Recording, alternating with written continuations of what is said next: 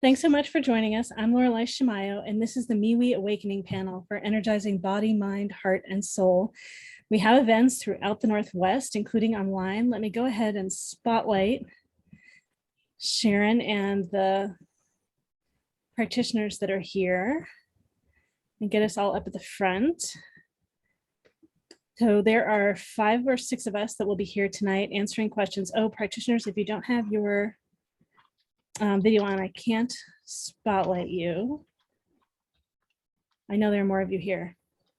All right, well, we got a few of us up here for now. Sorry, so we're, it's our MeWe Awakening panel on Black Cat Conjure as we approach Halloween and Samhain. I believe that's how you pronounce it. If anyone says it's pronounced somewhere else, somehow else, tell me, let me know. All right. So we're all here tonight to share about this time of the year, to share practices that we have, to share tips for how to prepare yourself for the thinning of the veil, and to answer questions from you. Oh, and a whole bunch of people left and are coming back here, new people coming back in. Okay. So we're here to answer your questions. We can answer a question on anything. We all practice tons of different modalities. It doesn't have to be a question about the theme. Because it's the theme, because it's this time of year, it may influence the questions that are here for you. It's a great time to connect with ancestors, for example. But yeah, we can answer a question on anything. Let's see, so let me, well, it's free to be here. It's a small price. It's free to be here to listen and learn. It's a great opportunity to practice opening to your intuition, because as we answer questions, you can see what kinds of answers come through you. You might want to have something to write with. Answers that come through are often fleeting. So yeah, just anything that arises for you, any thought, any image, any sound, anything, take notes. Great opportunity to see. So there are 5 or 6 of us on the panel. I'm going to have everyone introduce themselves, and go ahead, everyone. Let's just talk about all you do and talk about the theme, and we'll kind of mix it up together, and we'll come around and come back also. Thorne is also on the panel, who's not showing on the video at the moment, and Amanda is still getting in, and Amanda will come up here too, so you know it's coming, and Jamie may make it. All right, let's see. So let's have you start connecting with everyone. I feel like there's more I need to say, but I don't know what it is right now. And I'll put more in the chat here shortly too. All right, great. Well, let's see. So go ahead and take, 2-3 minutes to introduce yourselves.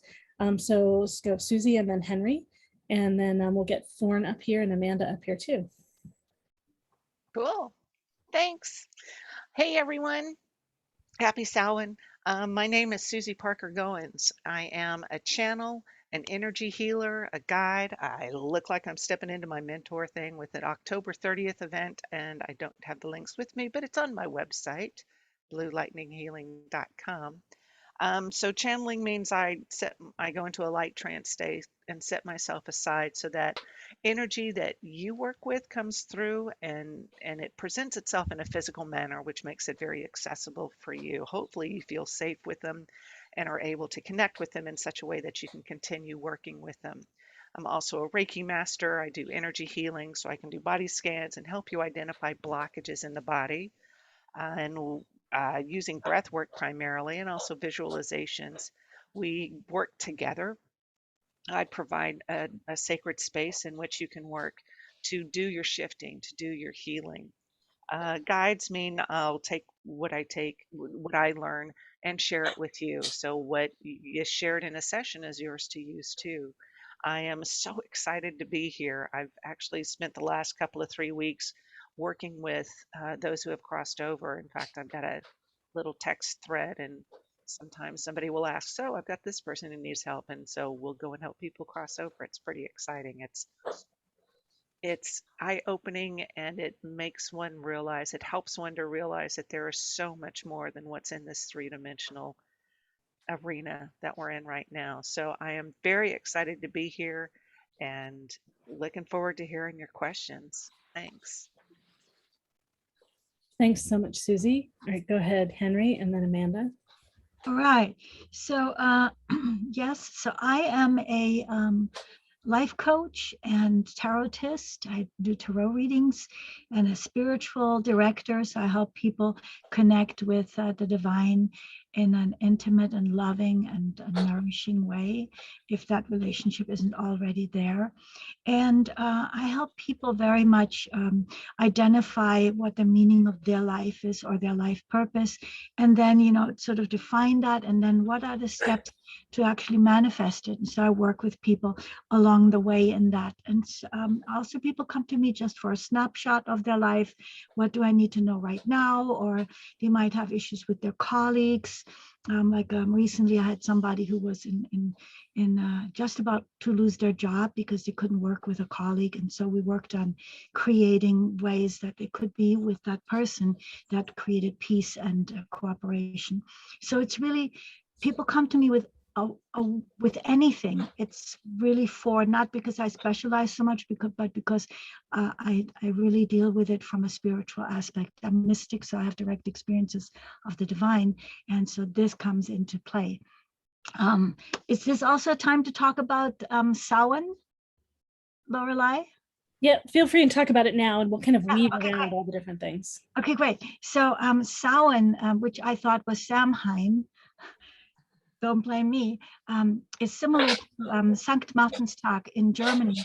And so it's for me, it's the end of the harvest season. And even though I don't plant or harvest, epigenetically, this life-giving ritual and tradition is within my body. And so to kind of complete that season and now come into the fallow season, or the darker, less sunlight illuminated season, it's really wonderful to begin that. And also, what I love so much about this holiday, which is similar to Samhain, I do not know how to say it, thanks to YouTube, is that what I love is that it is not appropriated from a non-dominant or exoticized culture like tribes or African or Indian culture. So I just really, really love that, because so often it's appropriated. And I just dig that this is okay.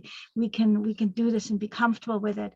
And what I really love is really being prepared to allow the veil to thin. And so I've had quite a few people who are already in that space coming to me, and after some hemming and hawing, saying, I think I need some psychic protection because some unwanted things are occurring as well. And this is what can happen when the veil thins. It's not just all the lovely stuff we welcome and dig that comes in. And so I work with people on psychic protection. I've had to do that for myself. And I have to tell you right now, I'm one of those people. I have believed most of my life, oh, I don't need that. And I know everything is divine. And then I just had to learn that, no, you still need that. So I have specials this evening, $20 for a 30-minute session, $30 for a 50-minute session. You can find all this out at my website at henryindiaholden.com. Starting in November 12th, I'm teaching a psychic protection class, and starting November 13th, I'm teaching my next intuitive tarot class. And again, you just go to my website and you can find all of this stuff, or go into the chat and there are some links. Thank you. Thanks so much, Henry. Go ahead, Amanda. And of course, Walter just decided to need me, because that's what kids do, right? Hi, guys. I missed you. I feel like I haven't seen you in so long. I'm glad to be here. I do shamanic art readings. I have an example right here. What I do is I channel the reading and then I read it intuitively. So I love, Henry, what you were saying about a snapshot. Yes, exactly. I do a snapshot as well, but visually. And it can show life path. It can show ancestors that are supporting you. It can show deceased loved ones. They're usually dots when there's dead people or animals. Let's see. They can show so many different things. Oh my gosh, I did one last week where it actually looked exactly like someone's astrology chart. It freaked me out. Kind of exciting. Usually I only get a couple things on the chart, but that was weird. Okay, anyway, what else do I do? I think that's what I do. I use my background in tarot, astrology, numerology, symbols. I do teach tarot, I do teach runes. I read at Stargazers in Bellevue, and I'll be at the fairs coming up in the next month. And Laureli, what else do I do? You always help me. Well, I was gonna say, you start off drawing runes often on the drawings, and you channel the drawings, and then you do the intuitive readings from the channel drawings, right? Yes, yes. And the worst part of what I do is explaining what I do. I freak out every time. But anyway, I'm really happy to be here. It's gonna be a super fun night. So And when- what I love, oh, sorry. Go ahead. What I love about this time of year is that since the veil is so thin, it's really fun for me to be like, I feel like other times of year, your clients can be more not super accepting the fact that they have all this intuition that they are just like this close to recognizing. But this time of year, everyone's like, oh yeah, no, I know. You know, it's really clear. Everyone's like totally tuned in this week. So it's a good week. That's it. Great. Great. All right. Well, let's get Thorne up here, and Thorne is next. Yeah, Thorne, as soon as you turn on your video.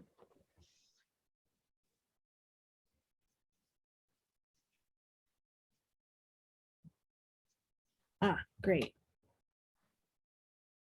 And then actually, I'm going to move a few of us off of, let me move a few of us off so it's easier to see.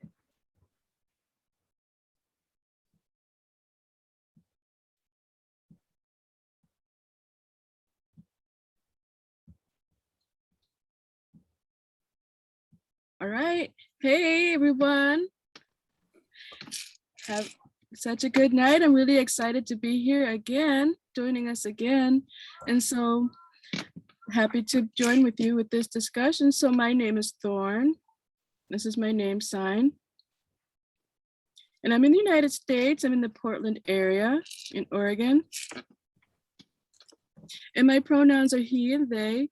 And so my specialties up to now have been tarot, energy work. I do ancestry work as well, runes, all sorts of different modalities. But this time of year, I really tend to focus on the tarot and ancestral work. And so also some astrology mixed in there as well.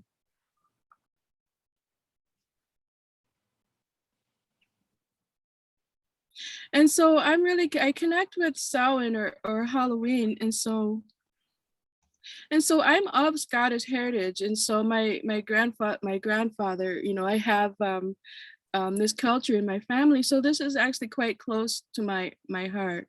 And so we have the veil that is thinning. And so we're going to be talking about how to work with our ancestors.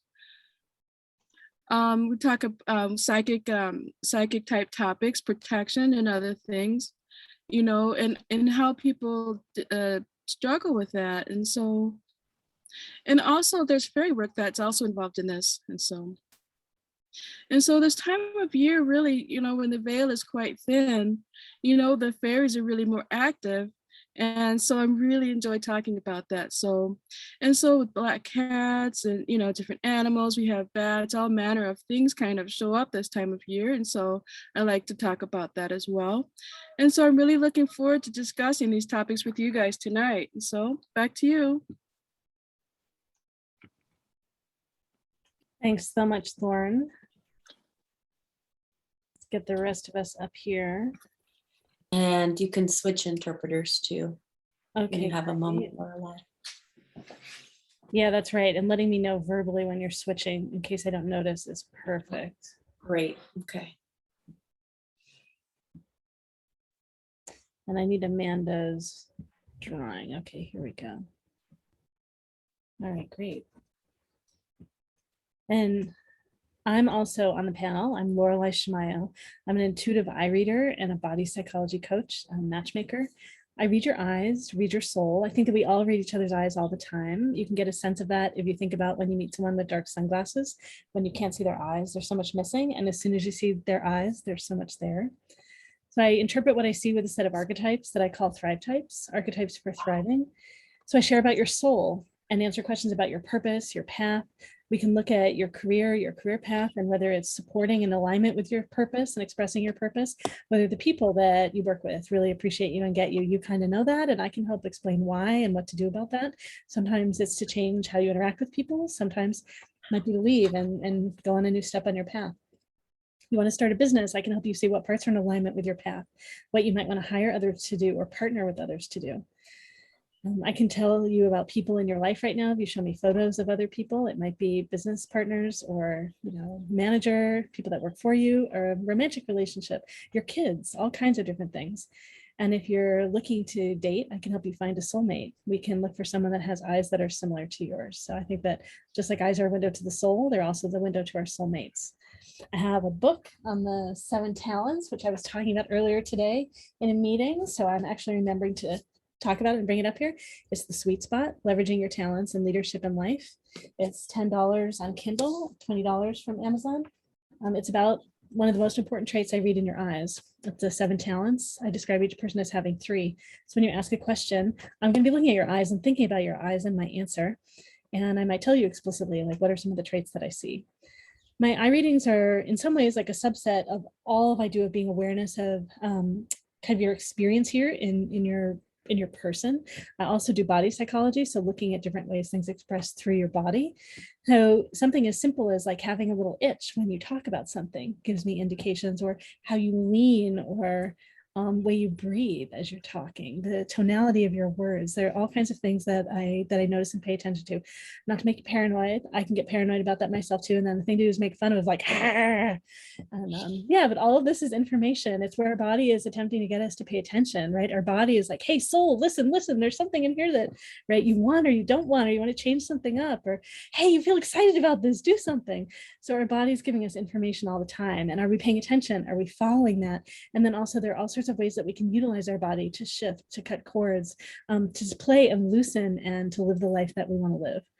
So yeah, body psychology and eye readings, and applied to all areas of your life. That's what I do. In addition to running all these different events, and I'm in the wild mix right now. And the time of year, it's actually kind of perfect. I hadn't thought about that. We have the first in-person event that I'm helping run with BEPC on November 6, 7 in the Seattle area. And then I have an event that I'm running in Portland, November 20 and 21. And then I have an event in Seattle that I'm running December 4, 5. So if you're in the area, please come to those. If you are a practitioner or starting to be a practitioner, you'd love to have a table, I'd love to have you in those events. I'll put information about all those in the chat too. We have tons of online events coming also. Back to tonight. Oh goodness. This time of year, in addition to being Samhain and all the things around Samhain being so important, it's just important for me too in my personal life. My grandmother was actually born on Halloween. And I think that so the tradition comes down through my grandmother. Just at my practice, and my mother died this time of year, and my birthday is this time of year. Just such a very my cousin's birthday is nearby, my dad's birthday is nearby, like all these different things. Like it's a really rich time of year for me. Oh yeah, wow. And just the deepening and the darkening, and that's part of what this season is, right? We had big storms up here in the Northwest, and the leaves are down, lots of trees fell down. So again, just the cycle of death, and darkening and pulling in, and grieving in some ways, and then also really being with the richness of life. So all kinds of things are here this time of year. All right, well, let's see. Practitioners, any other things you want to say about this time of year, or about the way you practice? And really, if you didn't when you introduced yourselves before, really give people the idea of the breadth of the kinds of things that you practice, so they know how you might answer questions. And we want to have questions on everything tonight. Personal questions are best, and then any topic. Go ahead, Susy. Okay, first off, I just want to let everybody know I finally get that Amanda's wearing a witch's hat. I didn't get it. Okay. Susie, what did you think it was? Like I had a bad haircut and I was having a thing? I just thought you were like, oh, it's too bright for me, or some sort of thing. I don't know. I know, it's it's like too much showing. We couldn't really see the top of the hat before. Okay, wait. It's very pointy and tall. Look, see? No. I walk into walls with it. And that's a demonstration of how I can see other things, not in 3D. Okay, that's my story. I'm sticking to it. But since I'm already on, this year I have really keyed into it. I've got a window that I can look out and see the wind blowing. I'm up in Everett, and so the weather just gets nuts around this time of year. So the wind blows and it rains. Today I actually burned some sage and did a clearing ceremony for souls who are needing a way out way back to the light. I find that connecting with those who have crossed over can be enlightening. I know when my father died, oh, he's going to be so mad at me that I don't know exactly when. It was around this time of year.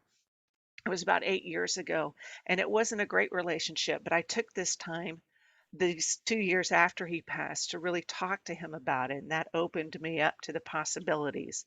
True, there are some people out there who have crossed over who will not talk to me, whether it's somebody's grandmother or somebody in my own family. Um, my father-in-law still won't talk to me. That's okay. It is an opportunity, though, to understand where you come from. So that is something that I do, is ancestral healing, mediumship. What else? I use crystals and cards. I'm really kicking in with the tarot again. I've had a great time with those recently. And opening up to gifts. If anything, I want to convey to folks that yes is the best answer for things. And if it's supposed to work out, it will. Um, so I have opened up to all sorts of things, and I feel that this time of year is a really particularly not necessarily, it's yeah, an energetic time in which to do it, but there's also that whole like, ooh, spooky kind of thing. And go ahead and key into it. It's so fun to explore. And if it doesn't work for you, that's okay. There are so many other modalities here. What we're looking for are things that resonate with us, a manner of expressing our spirituality, however that manifests, and just finding a way to express it in such a way that makes us better for who we are. That's what I got. Thanks. Thanks so much, Susie. All right, Thorne's got something else too. Let me move those of us off the spotlight, and we'll get Thorne up here in the front. All right. Are we good? Ready to go? Okay, excellent. So I'm going to drop something into the pool here about this time of year is really connected with the harvest. And we got to think about, what do we want to be harvesting right now? What experiences have I had? What have been some recent impacts the last few months? These are things that we can consider right now. Maybe grief, loss, death, life changes, transitions. There's a whole variety of things we might have been experienced recently. So this is a perfect time to recognize the balance of loss and harvest, and how can we grow something new from what we've lost or what we've gained through this harvest time. What are we going to grow next? So I think this is a theme that's coming up quite often. And it's been affecting a few of my loved ones recently. Some friends, the familiar, advocating for people. It's beautiful to see when things get tough, how people can handle this human experience that we're involved in, and that range of emotions that occurs, the range of thoughts. So how do we connect with those themes, the animals, the familiars who are close to us?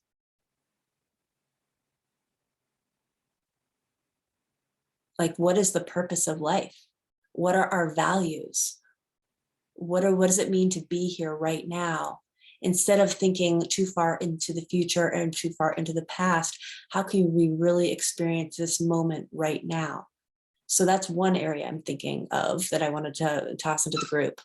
Also, I want to think about what would be fun this kind of year. I've got this necklace right here, and it's red, and it's got a black bat on it. So that's one of my things to wear, one of my favorite things to wear right now at this time of year. Also, I've got my shirt. It's got ASL that says spooky. It's in ASL. So some deaf related business language. So this is from a deaf owned business, a woman who creates and designs everything. So I want you to check out her work. It's really awesome. You can find her on Instagram. The language, second name I'm missing. Sorry. So language priority.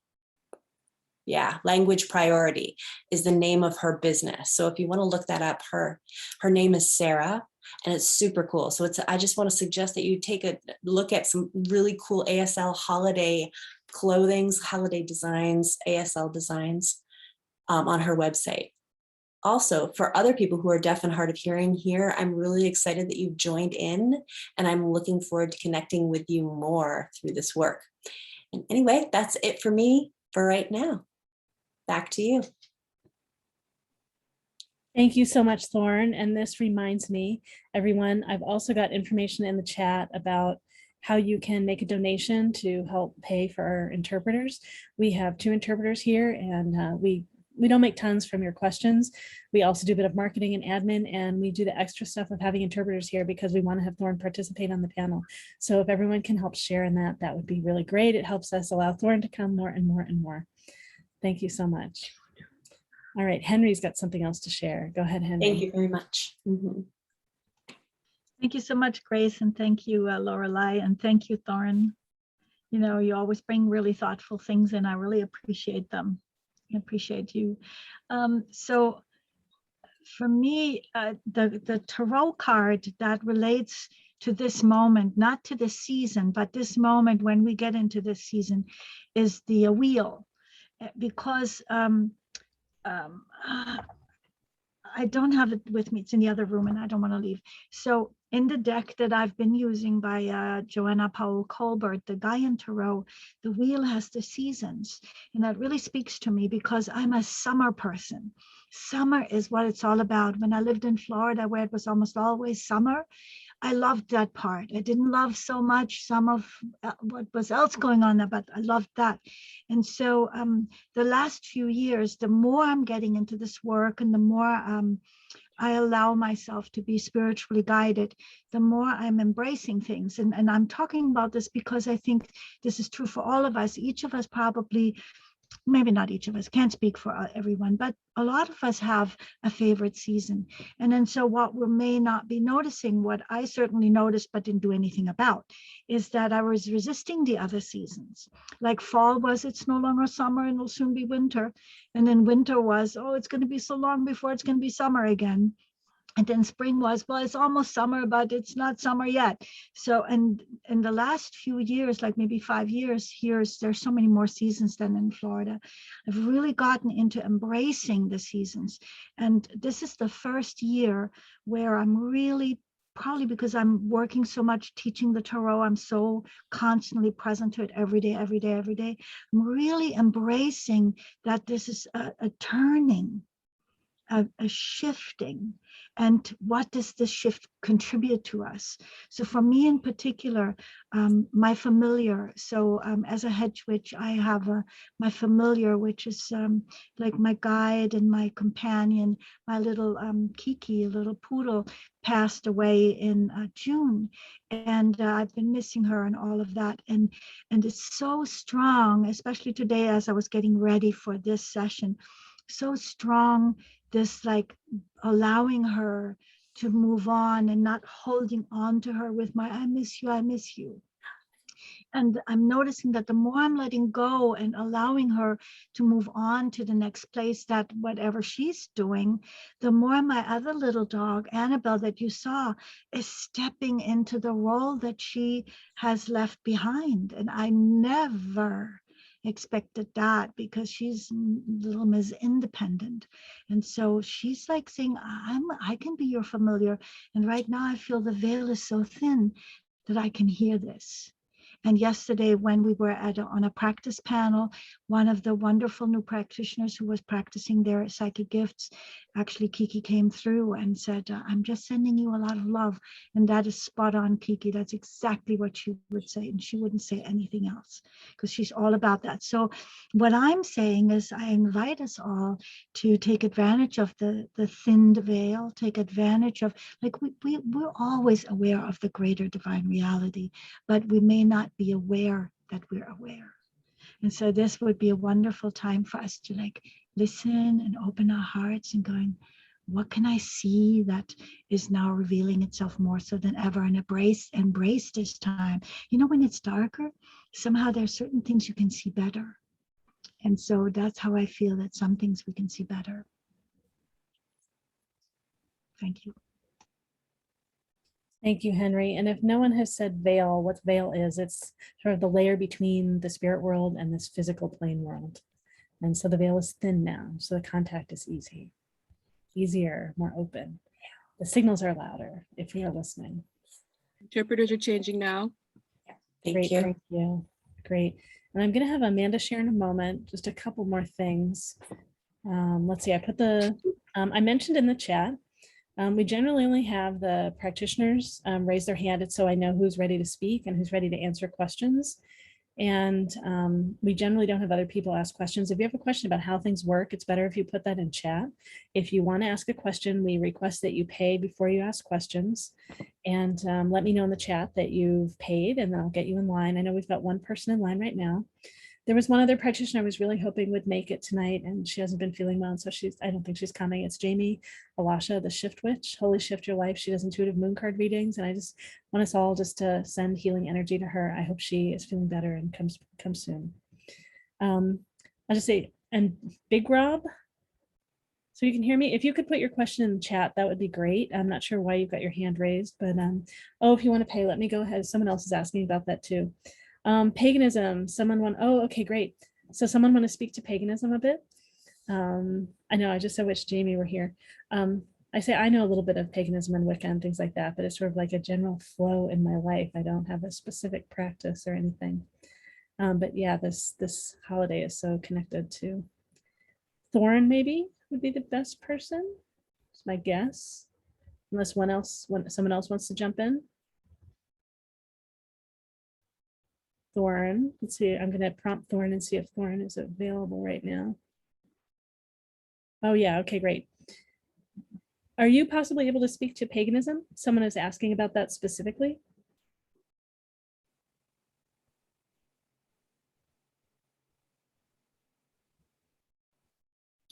Sure thing.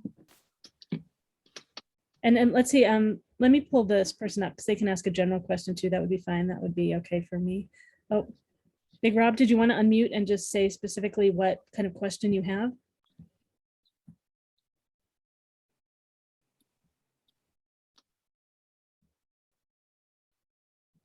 Oh, let me get you up front. If you could just be brief, but go ahead. Unmute.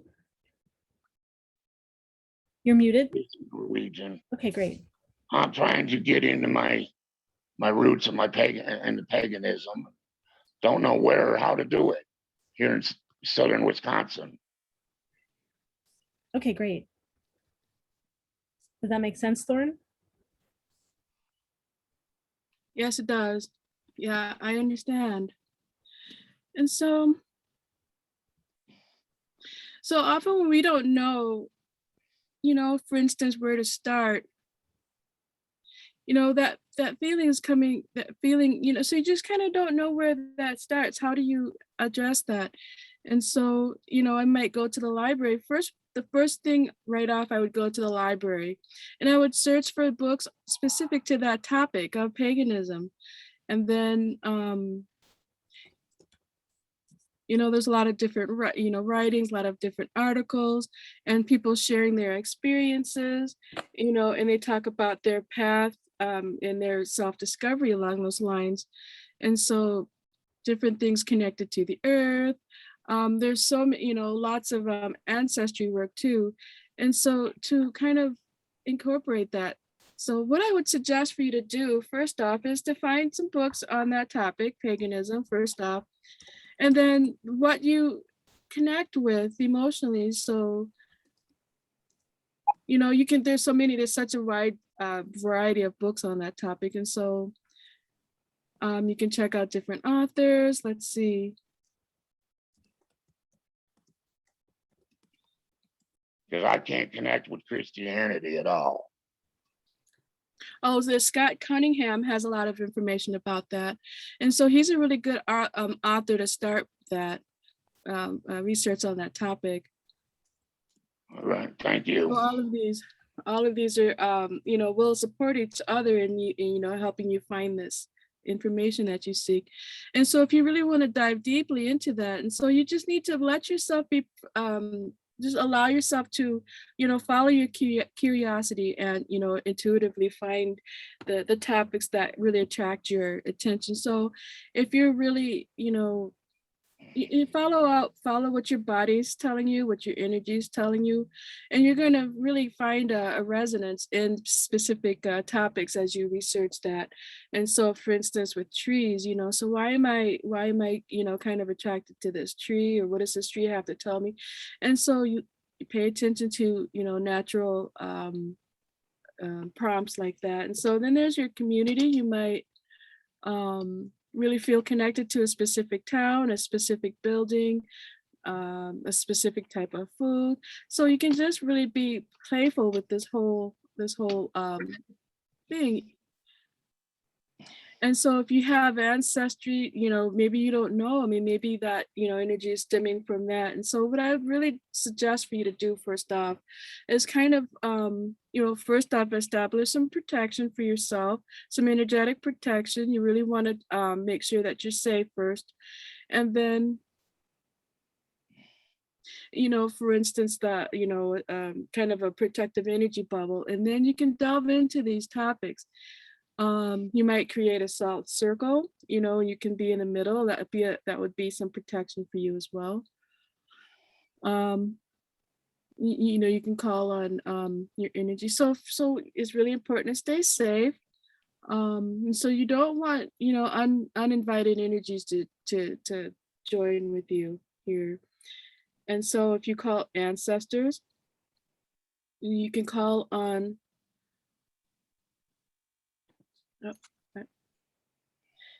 The unknown.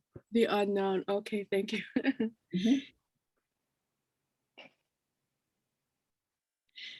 And so, okay.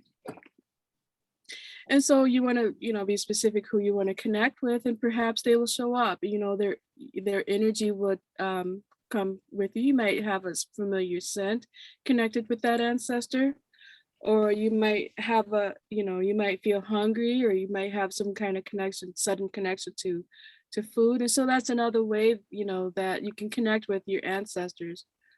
And so another way you can kind of, play with, and setting up an ancestral altar. If you don't have a, picture or whatever to follow, that's okay. You can just kind of, start thinking of things you can, things you can connect with, what kind of ancestor that I want to connect with, and put things, that might match, you can ask them. And so anything, connecting it with your higher self and kind of following that higher guidance. And so that would be a first step to move in that direction. Like a 12th century war axe.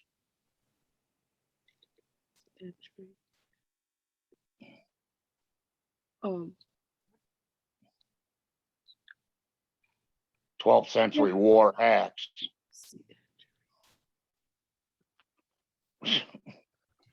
Axe. yeah. So you can start with that as well.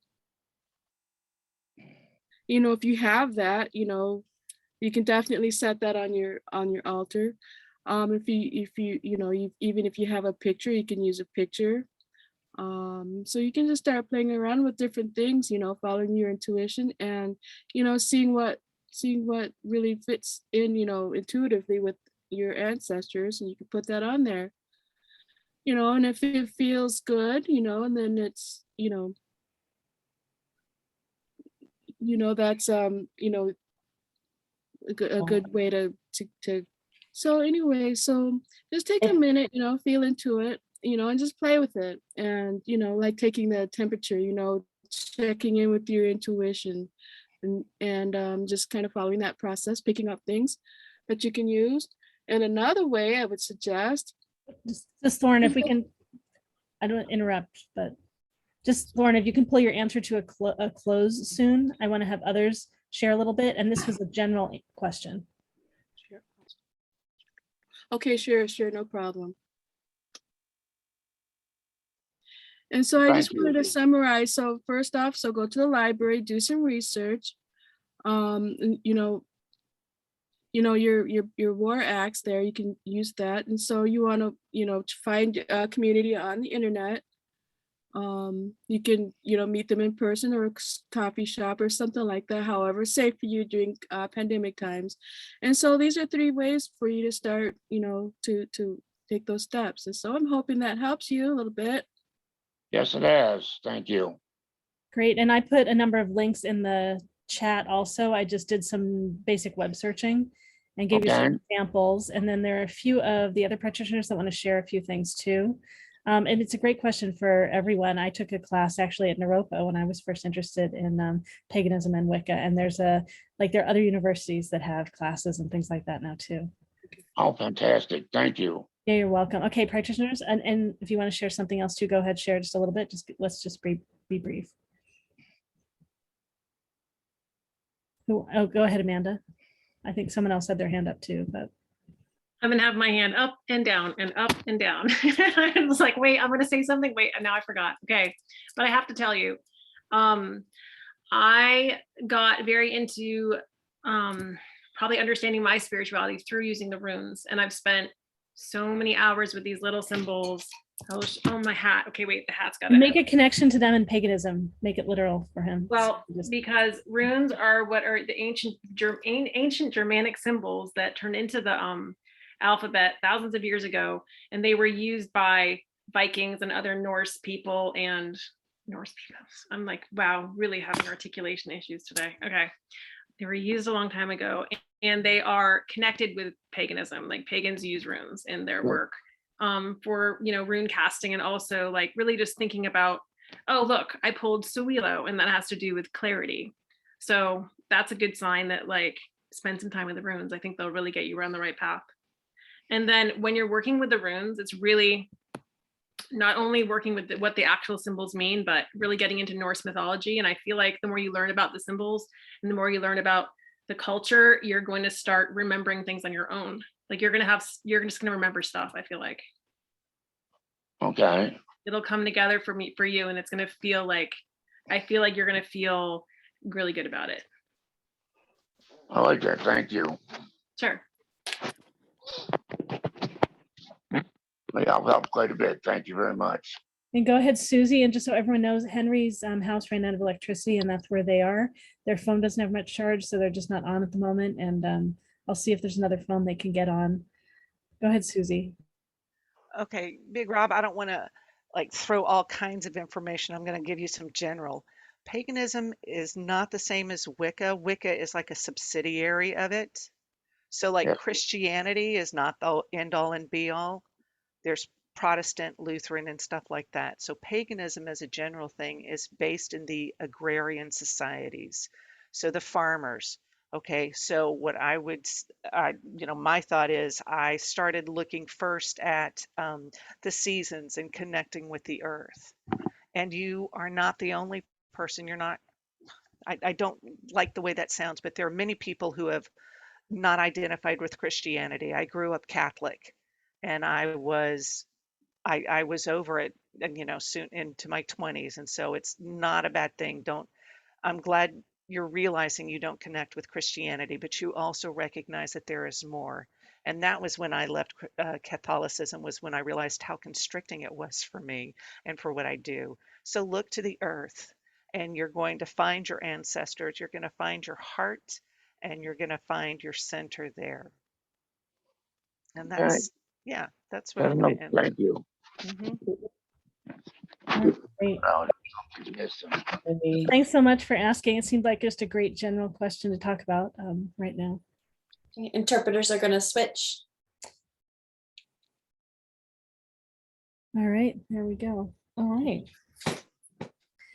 Well, let's see. So I know we've got one person in line to ask a question. Maybe we've got two by now. Let me go check. If you do pay to ask a question, please, if you could put just mention that in the chat so I make sure that I notice and get you in line. And I got a donation for the interpreters. Thank you so much. I deeply appreciate that. I'll put the information in the chat again about how to pay to ask a question, and also how to leave us a tip for the interpreters. And that gives you an idea of like a general way we answer a question, not like specific for you personally. And we still share so much, yeah, when you ask a question. Let's see, someone else wrote. Okay. Yeah. All right, great. Well, let's see. So before we start answering questions, just a few basic things. So I mentioned earlier, it might be great to have some paper with you so you can write down anything that arises for you. Yeah, it's just a great opportunity to open your intuition and check your intuition, kind of like see how what's coming through you is similar to what we are sharing. You might have other things come through you too. Just it's a great opportunity to play with all this as community. And then also when you ask a question, well, when someone asks a question, we'd appreciate it if you would allow the attention to stay up on the panel. If something does come through you, we'd appreciate if you'd hold it until we're done answering that question. And then if you want to, you're welcome to reach out in private chat to the person that asked and see if they'd like to hear what came through you. Please honor whatever they share. They might be full. So aim to not take that personally and just know it came through you for some other reason. And then when you ask a question of the panel, we may in our answer go deeper than you intend us to go in this public forum that is recorded and will be posted online. Or we may talk about other topics in your life that you don't want us sharing about. Please let us know ahead of time if you have an idea about that, or please just jump in and interrupt us and let us know, and we will change course in our answer right then. Our aim is to honor you. All right, let's see. Well, so I know we've definitely got one question in line. I'm teasing that this person's name is Joycelyn. But yeah, so Jacqueline, you're first in line. If you'd like to come up, and I'm hoping Henry will make it back, but we will take care of you in our answers. Great. Okay, let's get you up front. All right, cool. What is your question? Okay. Oh, sorry. Where did Henry go? I know Henry's phone, Henry lost electricity at their house, unfortunately. And so Oh, we don't know. wow. Yeah. Oh, okay. If you're really wanting to connect with Henry too, when Henry's not here, that's okay. You can always hold and wait for another panel or get a refund. No, it's okay. I just, I had been talking to her about my question. I'd been talking to them about my question, and they were really nice. So I'm sorry she had technical difficulties. Hopefully they'll make it back. Yeah. Well, I started to tell Henry, one of the other panels, I think it was the anything and everything, I started to bring up a lot of metaphysical things that had been happening. And I didn't bring up at the time because I didn't think we'd have enough time, but there's also a darker side to this. And it's become quite vexing. I think it might be connected to people though, rather than metaphysical. It's electronic. It's largely everything electronic, and even some appliances that are not. But like they'll be like when I'm building a website, and so when I was building it, it took so long because every day there would be, and I was working with the tech support team of the hosting site, and they said, oh, we've never seen that before. Like every day, and there would be something. And this is the kind of thing they do. They'll sabotage things online. When I'm doing something, trying to fill out a form, it won't go through, or whatever the bizarre glitch is. And I bringing this up because it's become very kind of they've been kind of getting aggressive about this, and it's become kind of too prominent. So I'm wondering what you all impressions you might get of that, if you know why that is or where it's coming from. Is it a call? Is it a signal for something? Just in anything general that that comes up about it. All right, great. Well, let's see. Amanda and Susy have something. I'm sure Thorne will too. Go ahead, Amanda.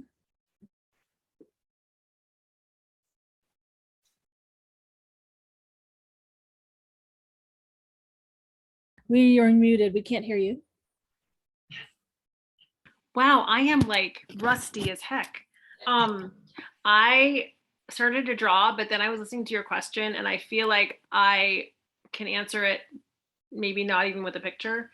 But so I have definitely experienced like a lot of challenges with electronic things. There's like that energy that comes off of electronic things. It could be like EMFs, or it can be like other like things. It could even be sounds, and like everything going together, just being like too much excess energy that isn't earth-based. So I feel like if you are really someone that's deeply connected to the earth, and is someone who's deep, like very like affected by the cycles of the moon, right? If you're that kind of person, then these kinds of energies like can kind of get in the way of it and kind of mess you up. And so you have to spend energy blocking it out. Shungite is really good. If you have a piece of shungite, you can like. Oh, I'm sorry. How do you spell that? Shungite. Oh, I'm sorry. Could you write it in the chat? We'll get links for you in the chat. Don't worry about that. Okay, wait. Uh-oh, too much thinking. Yeah, I forgot what I was gonna say. Hold on. Yeah, I mean, I've definitely like, depending on different times of my life, I've had times where like if I walk up to a computer, it would like break. I feel like just based on like what my energy field, what's going on with my energy field, like I would go up and people would be like, this never happens, but like I would break it by going near it. So it could be something in your energy field that's like not like that's making it break, which like, you know, I don't know. I had that happen to me, so that could be a thing. I mean, when it happened to you, did you have a sense of why? Or I just, for me personally, I've just always really not really been a computer person. I don't like them. They stress me out. But on the plus side, because of computers is how I develop my drawing readings that I do. Oh. I used to just do like regular tarot and runes for people in person, but the computer added so much extra energy that was stressful.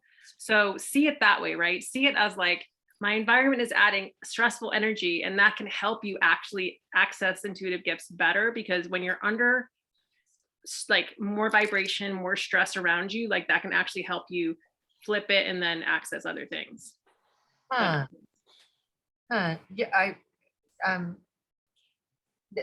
how would you immediately think of doing it? I think it's more like the practice of it, like realize that it's affecting you. And so in that way, like, so for me, like when I experience like, I don't know, I feel like everyone can do this. It's just like a mindset thing. If I'm experiencing a lot of energy from people around me, like empath thing, right? You pick up on other people's stuff. And so I feel like more energy, then I can use that energy into like switching it into the whole, like being perceptive about it. Does that make sense? Okay, yeah. Kind of flipping into the whole alternate, like seeing things in a different perspective, right? So instead of like me being stressed out by the stuff that's around me, I would go into the whole like intuitive zone. So if you go into the intuitive zone when you're experiencing that vibration stuff from the computers, just try to go into the intuitive zone. And for you, you could even like go into that zone then and even ask. You could ask the computers in that spot, like, okay, is this a message for me about something particular? Because I'm telling you what was for me, right? But like it might be different for you. Right. Well, it sounds similar, because I mean it's really pronounced with everything electronic, and I've heard some things that electronics are sometimes bizarre that way, but it's really great that you have that experience, because that sounds very similar. Yeah, I feel like you're probably just like a really connected to the earth, and so for you it's just like not your vibe. But like the go big or go home version of that, right? But yeah, so just like connect to, just spend time like with the earth and like things that are connecting you with the earth, like you, and stay grounded, and not like if you're able to break computers, just laugh it off, just be like, that's funny, oh yeah, I broke another one, it's fine. Ride the wave, it's okay. Okay, you're great. In good company with us, right? And the shungite, it's available in all kinds of different forms now. It's made into jewelry. There are all sorts of things that you can do to have it around you in the space as a protective and grounding force. And specifically with electronics? Yeah. Wow, great. Yeah, and so I put a link in the chat. Mystical, I remember if you're in the Seattle area, Mystical Wares is up in Mount Vernon. So he's a big fan of shungite, sells shungite, and he uses it in beehives and things like that to protect bees. So it works with nature, and it also works in terms of electronics, protecting nature and spirit energy. Oh my gosh, I have to just really quickly say, and I'm being a hog and I won't do it again, I'm sorry. But look at the picture because it matches. And I just wasn't paying attention, but can you see it? So it's like your antennas are coming off here, going up, and then like the vibrations are going across it. So it's like cross waves, you know? Oh, yeah. So it's like you're reaching up and it's going across. And so you're like, what the heck? Yeah, it's so funny because I'm not a techie either, but recently because of the website, I've been spending a lot of time online rather than, you know, being as much as I might otherwise be in nature. And so I think that I get, yeah, I definitely feel that. Yeah. Yeah, it makes a lot of sense. You seem like someone's very sensitive. All right, Susie's got something too. Go ahead, Susie. Okay, hold on a second. There is something I got from about the Shungite.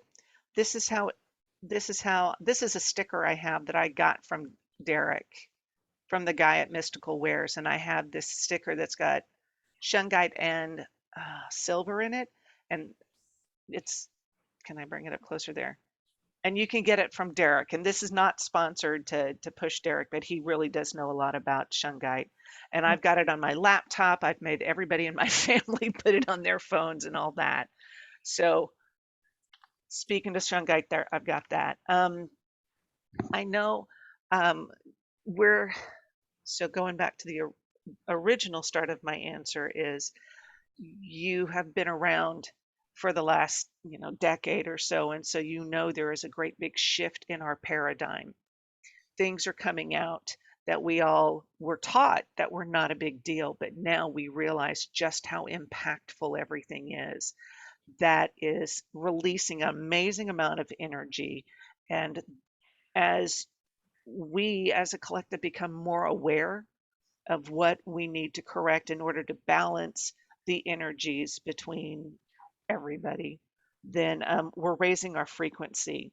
And as a collective, our frequencies are rising, and it is not resonant with all of the electronics. And then you've got the information coming through the electronics that is being manipulated by those who want to stay in this lower frequency, who are spreading this information that makes everybody question everything and puts everybody at opposite ends of opinions or debate, and it's really inflaming a whole lot of stuff. So like a kid who doesn't want to leave the playground, you know how they just fall down and you pick them up and their arms, they just don't want to go. They don't want to do it. And that's where this old paradigm is. They are still at that tantrum throwing stage. So your awareness, and now I see that your discernment, you've identified this, I'm blowing out electronics. So now you get to use your discernment. You get to learn to use discernment about whose energy this is and whether this is energy that is resonant with you. So we're talking about anything that comes at you, and it's not just people, it's environments. If you go someplace that's not resonant, if you are taking in social media or news, I've had to turn off the news for a while because it was just throwing me off kilter. I agree with Amanda saying that grounding is important, and that is connecting your energy with the earth. The earth shifts as she needs to. And she has been doing that with all of the things. Everybody's saying, oh, the weather's so crazy. She is adapting. She is adapting to the new energies that are coming through. Now, there are energies that are coming at us from galactic areas, and I don't believe that they are all, the buggy-eyed man, green men things. I don't think they are all bad. Many have the earth's highest good at heart, but it is our job, not only as a collective, but as individuals within the collective, to discern if that energy is resonant with us as an individual. So Jacqueline, you've got a lot of energies coming at you. You are a beacon here because you are awakened and you are asking the questions and you want to do things in such a way that it makes everything better. Everything's going to come swarming at you. Protection, and I know Henry, they are such a proponent of protection, and I'm pretty lackadaisical about it because I'm like, yeah, throw up my buckyball and I'm good. But Henry is far more conscientious about it, and they work very hard to convey that information to us. So, and I've realized, I think it might have been the last panel we were on. I was just like, well, yeah, just do it. That's because I have been doing it for a while. Work on your protection, throwing up, a buckyball is the geometric shape that looks like a soccer ball. It's got two sides, the inside and the outside. Outside, put a reflective material on it. So these energies that are not to your service, that are not for you, get bounced off. And the inside, line it with a shungite crystal imagery or amethyst or whatever's going to resonate with you.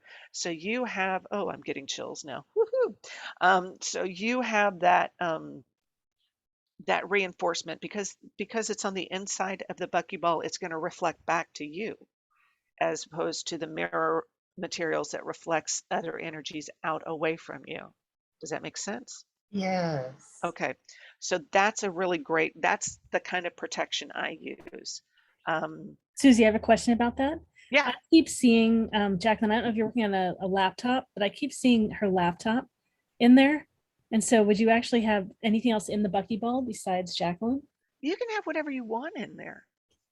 And the primary purpose of it, and that's me just going, Lorelei, you and I have talked about this. It's like, yeah, whatever you need to do, it's okay.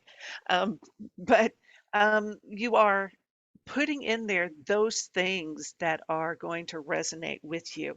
You could put your laptop in a little buckyball to keep it contained so that those EMFs don't come at you. I do, however, recommend those Shungite stickers. I've got one sitting here, and it does absorb a whole lot. I don't know if Shungite needs to be cleared, but it is readily available through Mystical Wares and a lot of other folks. I trust Derek's product and their quality. What else do I have notes about? Higher frequency and your awareness. Yep. I think I hit all my notes. Does that Great. make sense? Yes. Thank you. Awesome. Cool. Check. Thank you. Interpreters are going to change. Okay, great. Yeah, you're both up here. Thorne, so Susie, are you done? Thorne, do you want to jump in? I know you wrote something in the chat. I can repaste in the chat too.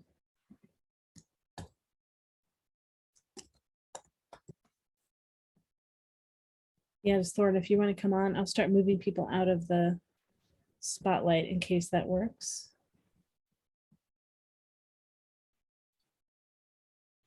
Oh, Thorne, maybe I will prompt you in the video. Oh, I just wanted to say, Amanda, that's really great. You work with runes. When I first started to get into the metaphysical, that was the first thing I used. That's really, I've never met anyone recently that works with them. That's great. Yay, I love them too. Do you want to say anything about just the runes in her drawing, just right then, just before we? Oh yeah, because you know what they are. I will. That's cool. All right. Ansu's and Rido are at the very top here. And that's where, so right between Ansu's has to do with authentic communication. It's the rune of Odin, okay? And then Rido has to do with the next right thing. It has to do with the journey. It has to do with the path that you're on. Now, right between those is where everything is coming up. So it's like you're at the place right now where you're really connecting with your authentic self and finding out who you are as a person versus like who you were programmed to be in the past or who you used to think you were. But you're also not necessarily able to move forward. So you're a little bit of a crossroads because you're having, I feel like you're not spending enough time outside, to be honest. I feel like you need to spend more time in nature because you're really getting affected by those cross waves. And if you just go outside and like spend time with plants, with the earth, with rocks, it's going to connect you to yourself more. And you're going to feel more sense of movement. And then on the end, the first one rune is Feu, which has to do with abundance. And then the last one over here is Wunyo, which is joy. And that's like the bookends for your energy right now. And which one was last one? Wunyo, joy. WUNJO. Yeah. Okay. Yeah, that's much. Laurel, I was saying that's my real name is Joy. Oh yeah. Yeah. There you are, right there. I like it.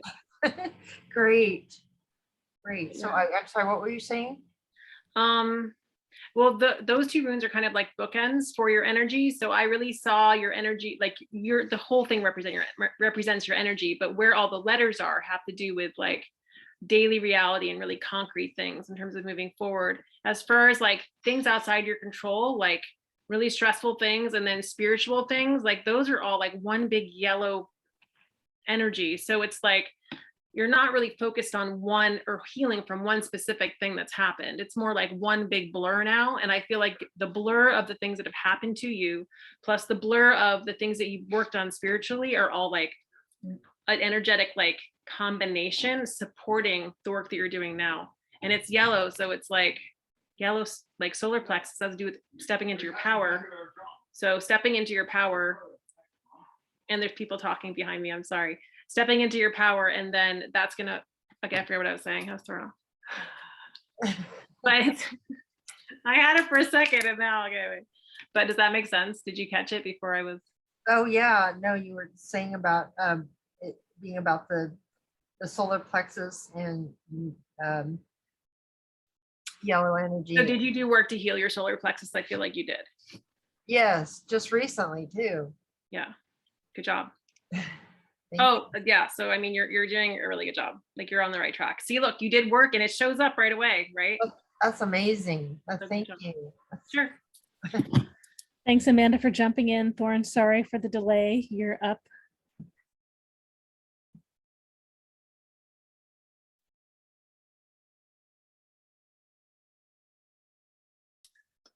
Alrighty.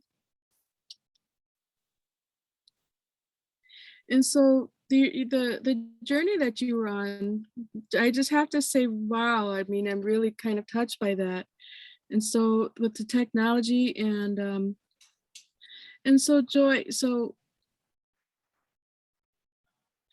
our vibrations are raising and shifting, and we're becoming more sensitive, right? And so there's different kinds of energy. And so there's technology, there's EMFs. And so I went ahead and I picked 3 cards for you. And so pertaining with your experience now, we can see how that applies, how they apply. Bat. It's bat. Yes, that's right. Bat. And so it's really cool. It's such a beautiful card. And so, I mean, so that it showed a bat. And so what the message for you is, what it feels like is, so however your experience is now, I mean, it's kind of blurry. And so you don't want to, that to inspire fear. And then so just, notice whatever it is you're feeling, and you don't want to take the fear on board. You want to become comfortable with bats, because he's here to support you and guide you. For instance, like, so how does a bat move, with echolocation? And so they use sounds and it echoes off of surfaces as they move through space. And so it's like your intuition is like, your best friend. And so you can ask yourself, through your intuition, so here's your echo. You can use that as your echolocation to help guide you through unknown areas. And so there's no right or wrong here, and so whatever you've been learning so far is exactly what you need to be learning.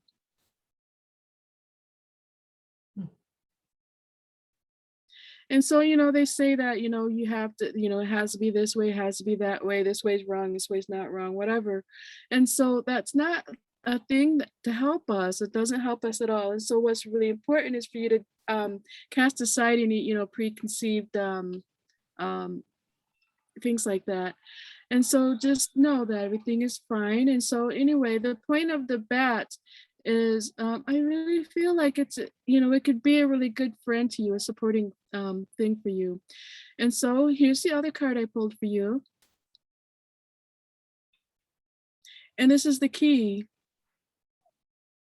And so it can answer what you're looking for, inside. So it's really important that you introspect, look inside, and you can find your answers. I mean, sometimes you can find your answers, but the answer's already inside you. And so all you have to do is permit yourself to connect with that inner guidance, like connecting, rooting in with the earth. And so I definitely encourage that. I really agree with that. So that would actually be a great big help for you. Energy, protection and grounding in. And here's the third card. You have the picture of 3 birds here. They're magpie birds. Magpie birds. There's 3 of them there. They like sparkly things. Oh, okay. And so allow yourself, to, the pretty things in life, they show up and they really grab your attention. And so, so appreciate that in yourself right now. So maybe this year, it's, maybe half the year might be hard. You'll be dealing with, grief and all sorts of things, but also, you want to also recognize the sparkly moments, and that will help you, kind of inspire you and help you, motivate you to keep, moving on your path. And so I really hope that helps you. Yes, thank you. I love sparkly things. That's really, thank you. Those are actually very meaningful cards. Yeah, they resonate with certain things that are going on. Like key communication is key. That is something that's come up recently, repeatedly, and birds. A lot of reoccurrence of birds and bird images and bird references.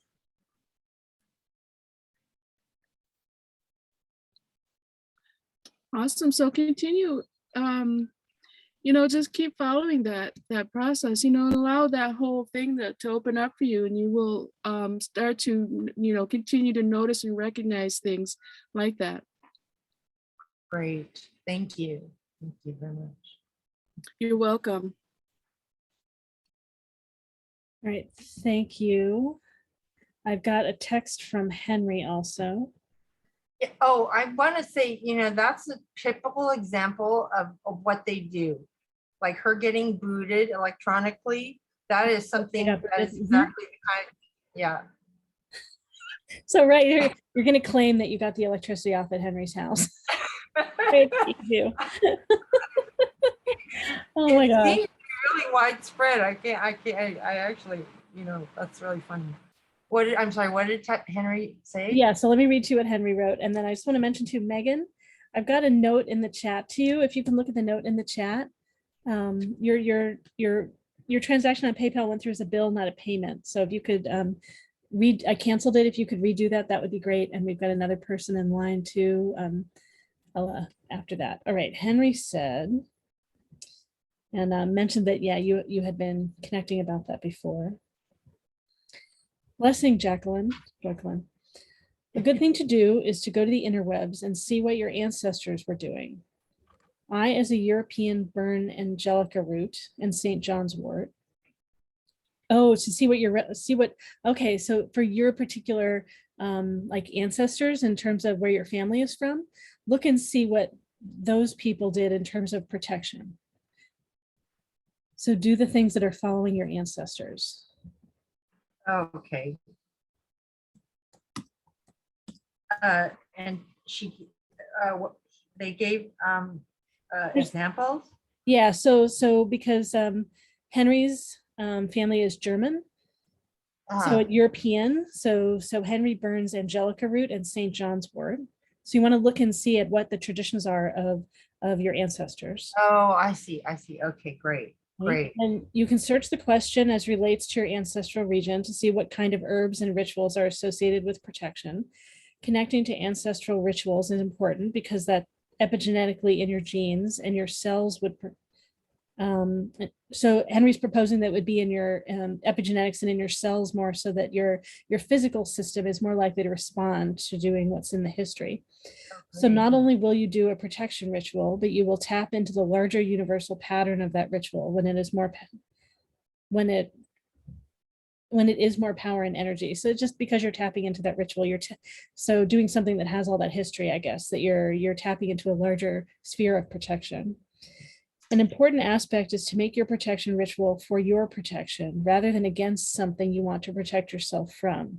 So these are two different perspectives. Oh, okay. So that's part of, I think, of what Susy was sharing about the buckyball, with the reflection being inside, and really the focus is on your energy. Okay. And Well- Susy, if I'm not speaking to that well, go ahead and. No, you spoke it very well, Lorelei. I think you said it better than I did. That's great, all of us together. Yeah. And I guess Oh, yeah, I'll, I was gonna say, well, that's one of the reasons I don't necessarily talk about this a lot, because, you know, not to give too much energy to negative energy, you know, so I've heard that. But it becomes such a thing. I really wanted to broach it to your group, to see, you know, what they could get. yeah. And it's great, really. Thank you so Well, much. Susy, go ahead and jump in if you want to share more, and then I'll share a little bit too. Go ahead. Just to on this focusing on the negative, that is something that we can learn, is that where our focus goes, that's where our energy goes. But I also think that if we like, no, I can't see that, that's denying it, and that's allowing it to fester if we're actually not going to handle it. So denying it versus focusing on something else, and this will resolve. Great. Does that make sense? Yes, thank you. Okay, cool. Great. Thank you. And then just the bit that I'll share is, I can't fully see your eyes, but I'm imagining that you have, I think I mentioned before, you probably have the priestess talent, which is about emotions. And so in particular, like, this is true of anyone when we're out of integrity, when we, I don't mean it's so much out of integrity in a bad way, but it's, if we feel blocked in some way, I mean, so any fears that you have, any ways that, like imposter syndrome, you believe you're not deserving of being out there and being known and having people see you, any of those kinds of things would create ways that things would sabotage, you know, that it could be more directly connected to you, or somehow like the things that might be sabotaging out there are more connecting with your energy, or those are the things you pay attention to, like all those kinds of, right? It just may be a message to not work on that right now. There's something else to work on first, right? And so what is really wanted in the moment, as opposed to working on your website in that particular way. I'm just sort of like making up what that might be. Oh, I So- see. Oh, go ahead. but so you have the priestess energy, and so for you, being more fluid, more in line with your emotions is so important. And priestess can also get fixated and rigid about like a perfect option. So you want to watch too that there's like, if there's some little thing that you're attempting to fix and it's not working to fix that, like maybe it's not like getting attached to that thing being perfect. So there could be messages like that are in the specifics of how things are happening. Yeah. Okay. Great. You're laughing. So I'm imagining. That really resonates, actually. Thank you. Yeah. And I totally agree about being outside more. Seems like a really good suggestion for you and your energy too. Well, I think it's ironic, because normally I would be doing that a lot more, but because of this, and because the glitches, it took so much longer than it would normally have taken. And so it's a cycle, you know. I'm not getting it done, so I'm not outside, and then, you know, I'm still inside, and it still keeps more and more glitching. So Yeah, but every time it glitches, maybe that's like, just go outside. That's the signal, just go outside right then. yeah, okay, that's great. Thank you. Oh, I'm supposed to dance, you know, like this is where you're playing with the energy that's here rather than pushing and fighting against it. It's like, oh, it's, you know, how can that be part of the manifestation of all this? Okay, great. Thank you. Great. All right. Interpreters are going to switch. Great. Thank you. And if, yeah, I've got you both up here, so we're good. I keep noticing when you come on, it's great. And yeah, Jacqueline, if you want me to text you Henry's words, just give me your number in the chat and I'll go ahead and send that directly. Oh, great, great, thank you. All right. Well, thank you so much for jumping in and asking a question. And that's great that Joy came up in Amanda's image. Oh, yes, that's the runes. Thank you, Amanda. Yeah, That was really, maybe I'll add one more thing. When the glitches appear, maybe just say out loud, like say it in a way, like find your congruence with that energy, because if this is what you shared before. Just say, I am Joy. My name is Joy. I'm Joy. And like radiate out to the universe, like I am Joy, and see if the glitch goes away. great, great. Thank you. It's very You're positive. welcome. I would say, maybe I'll say too, like when you shared about Joy before, it seemed like it was like the Joy was a positive name for you. I don't want it to be like a going backwards thing, but did it? Oh, no, it's definitely especially meaningful because my mother passed in 2020 and she named me that specifically. Okay. And I stopped, I was using my middle name for a long time because I was getting flack about the name Joy. So, but recently, since she's passed, there have been really strong signs to start using it again. So I've been doing that because it really came through as really strong message. Like Wunjo, like that. I mean, synchronicities like that. Yeah. Yeah. Yeah. So play with Joy. Thank you. You're welcome. Oh, and Susy mother's name was Jacqueline Joy. Wow. Wow. That's amazing. Wow. Oh, great. Thank you for sharing that. All right. Thanks, Jacqueline, Joy. All right. Let's see. So I know Megan is wanting to ask a question, and oh, maybe it's, let me see. Maybe it's come through now. Oh, I'm getting other things coming through. So Megan, maybe let's come up and let's just chat for a moment, because I want to be able to get you in here. But your payment did something funny. Oh, is Megan here? Did Megan go? Where's Megan? Megan was here. All right, Megan may be playing with the energy, said something else. Okay. All righty. Well, I might not have anyone else in line. I got to see if people are donating to the interpreters. So let me see. Oh, thank you so much. I got another donation for the interpreters. All right, great. Well, we don't have anyone in line at the moment. Does anyone have a question for the panel? Let me, oh, and Ella, did you want to give it to a particular person tonight? Are you wanting to contribute to the interpreters, or just in terms of supporting others over time? What did you want to do? And Amanda, yeah, go ahead, Amanda, you can jump in. Only because if we're just kicking around, I kept drawing. So I have more drawing to talk about if you want. Go ahead, you can share. Okay, only because, you know, I don't have to, but. Go ahead, rating, go ahead. This was the, or people, okay, no one's calling me. This is the original picture, right, that we were talking about before. Right. And then up top here, there's somebody else's energy. So I feel like this is someone else's energy that's attached to your rune wheel. So this is your energy. You are that one circle, okay? There's an energy up here that's also attached to you. There's also energy down here that's attached to you. I feel like the lower one has to do a lot with like earth energy. It has a lot to do with like, I feel like they're both like, oh, you know, I feel like that's like Mother Earth energy, and you said you lost your mom. So I feel like that's like, I feel like that's her energy right there, honestly. Okay. Oh, I like it. That's your mom. And this right here this is someone else whose past that's attached to your energy, but I don't know who it is. Wow. Is someone who like, there's a lot of, there's black and white around the edge. So that to me would be like someone that you, in your family that probably struggled with integrating. So like they could be like really awesome and like you would probably really like them and that you were close to them in some ways. And on the other side, like they also had like a darker side, like they had some challenges that they had a hard time like reconciling. Oh, is this, it's not necessarily someone in my family, is it?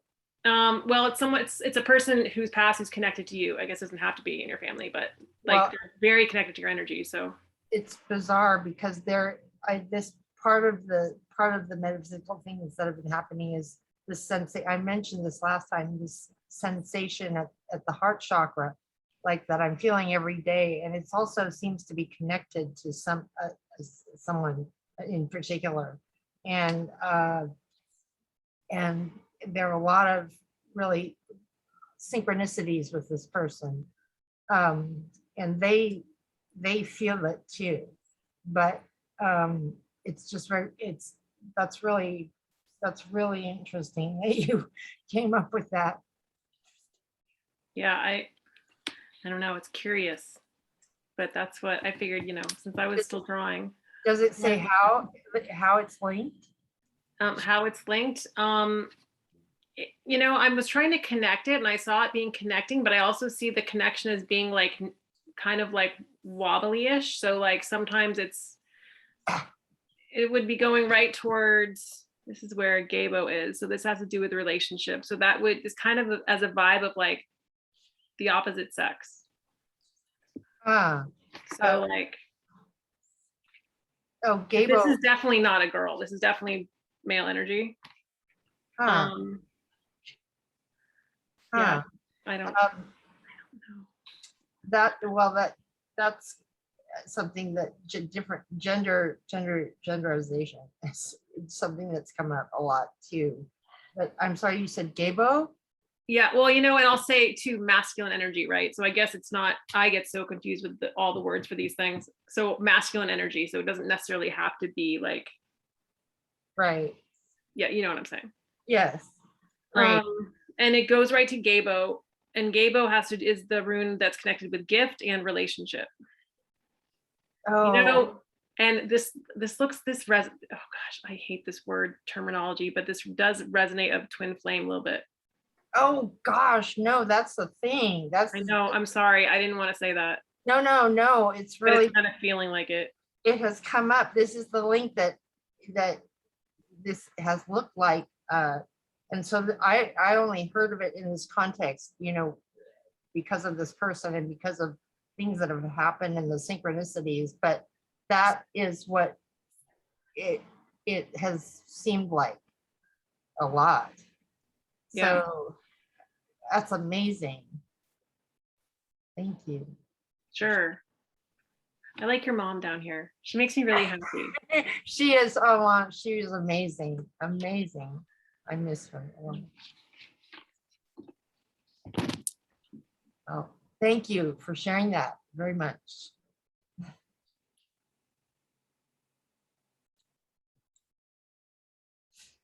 Yeah, thanks. That's fun. I mean, I'll just mention, Amanda, just in case it was there too. Someone mentioned like multiple potentials, like an egg reception, considering different masculine offerings, just tossing. We could do like group readings of your drawings too someday. I love it. So incidentally, you totally could see it that way. But like for my process, like I know that like it's other entities of energy. I'm sorry. Like, no, based on the comment in the chat, like totally see how that could be read that way for sure. But for when I do these drawings, it's always other people's energies. Like it's always like you are this one circle and anybody outside of that is somebody else. Oh, I see. Okay. Yeah. Yeah, that makes sense. Yeah. All right, great. All right, and I've got I got to check and see what's donation and what is, to ask the question. I've got a few people probably that are in line. Thanks so much, Jacqueline. It was great to play again a little bit more. Thank you very All much. right. I'm gonna go glance and see. Okay, let's see. So Jennifer, it doesn't say if it's a donation or you want to ask a question, and then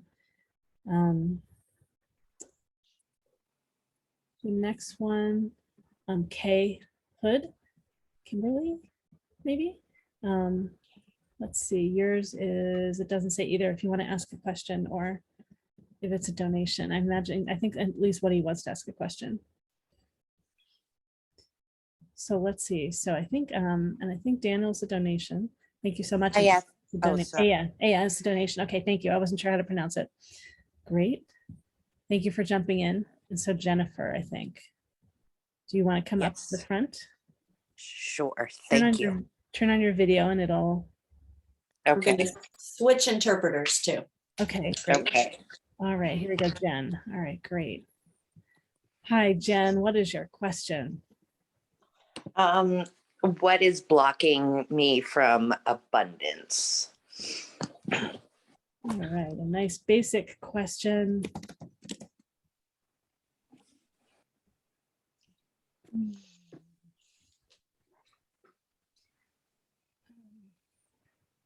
So it's all right. I'm just going to jump in and start sharing some things. Sure. So I'm imagining that you had a parent that was really hard on you. It's yeah, it maybe both of them. I can't quite tell, but okay, yeah, just really, really hard. And you got so many negative messages, and it was really doubting your value and your capacity. And so tell me right now about things that you do in the world, ways that you show up with other people that you love, that you appreciate, that you know you're a good person and you contribute good things. Examples you're asking? I'm asking you to speak it and tell me about that right now. Okay. Tell me about things you do that are good, that you value. I feel like I'm there for people, especially people less fortunate, friends that are hurting. Mhm. This is kind of weird. My friend Megan, I don't know what happened to her. I was messaging her, and I wanted her brother passed away, and today is his what's it called? And I was like, oh my gosh, you need to get on this. I don't know if her phone died. I don't know what.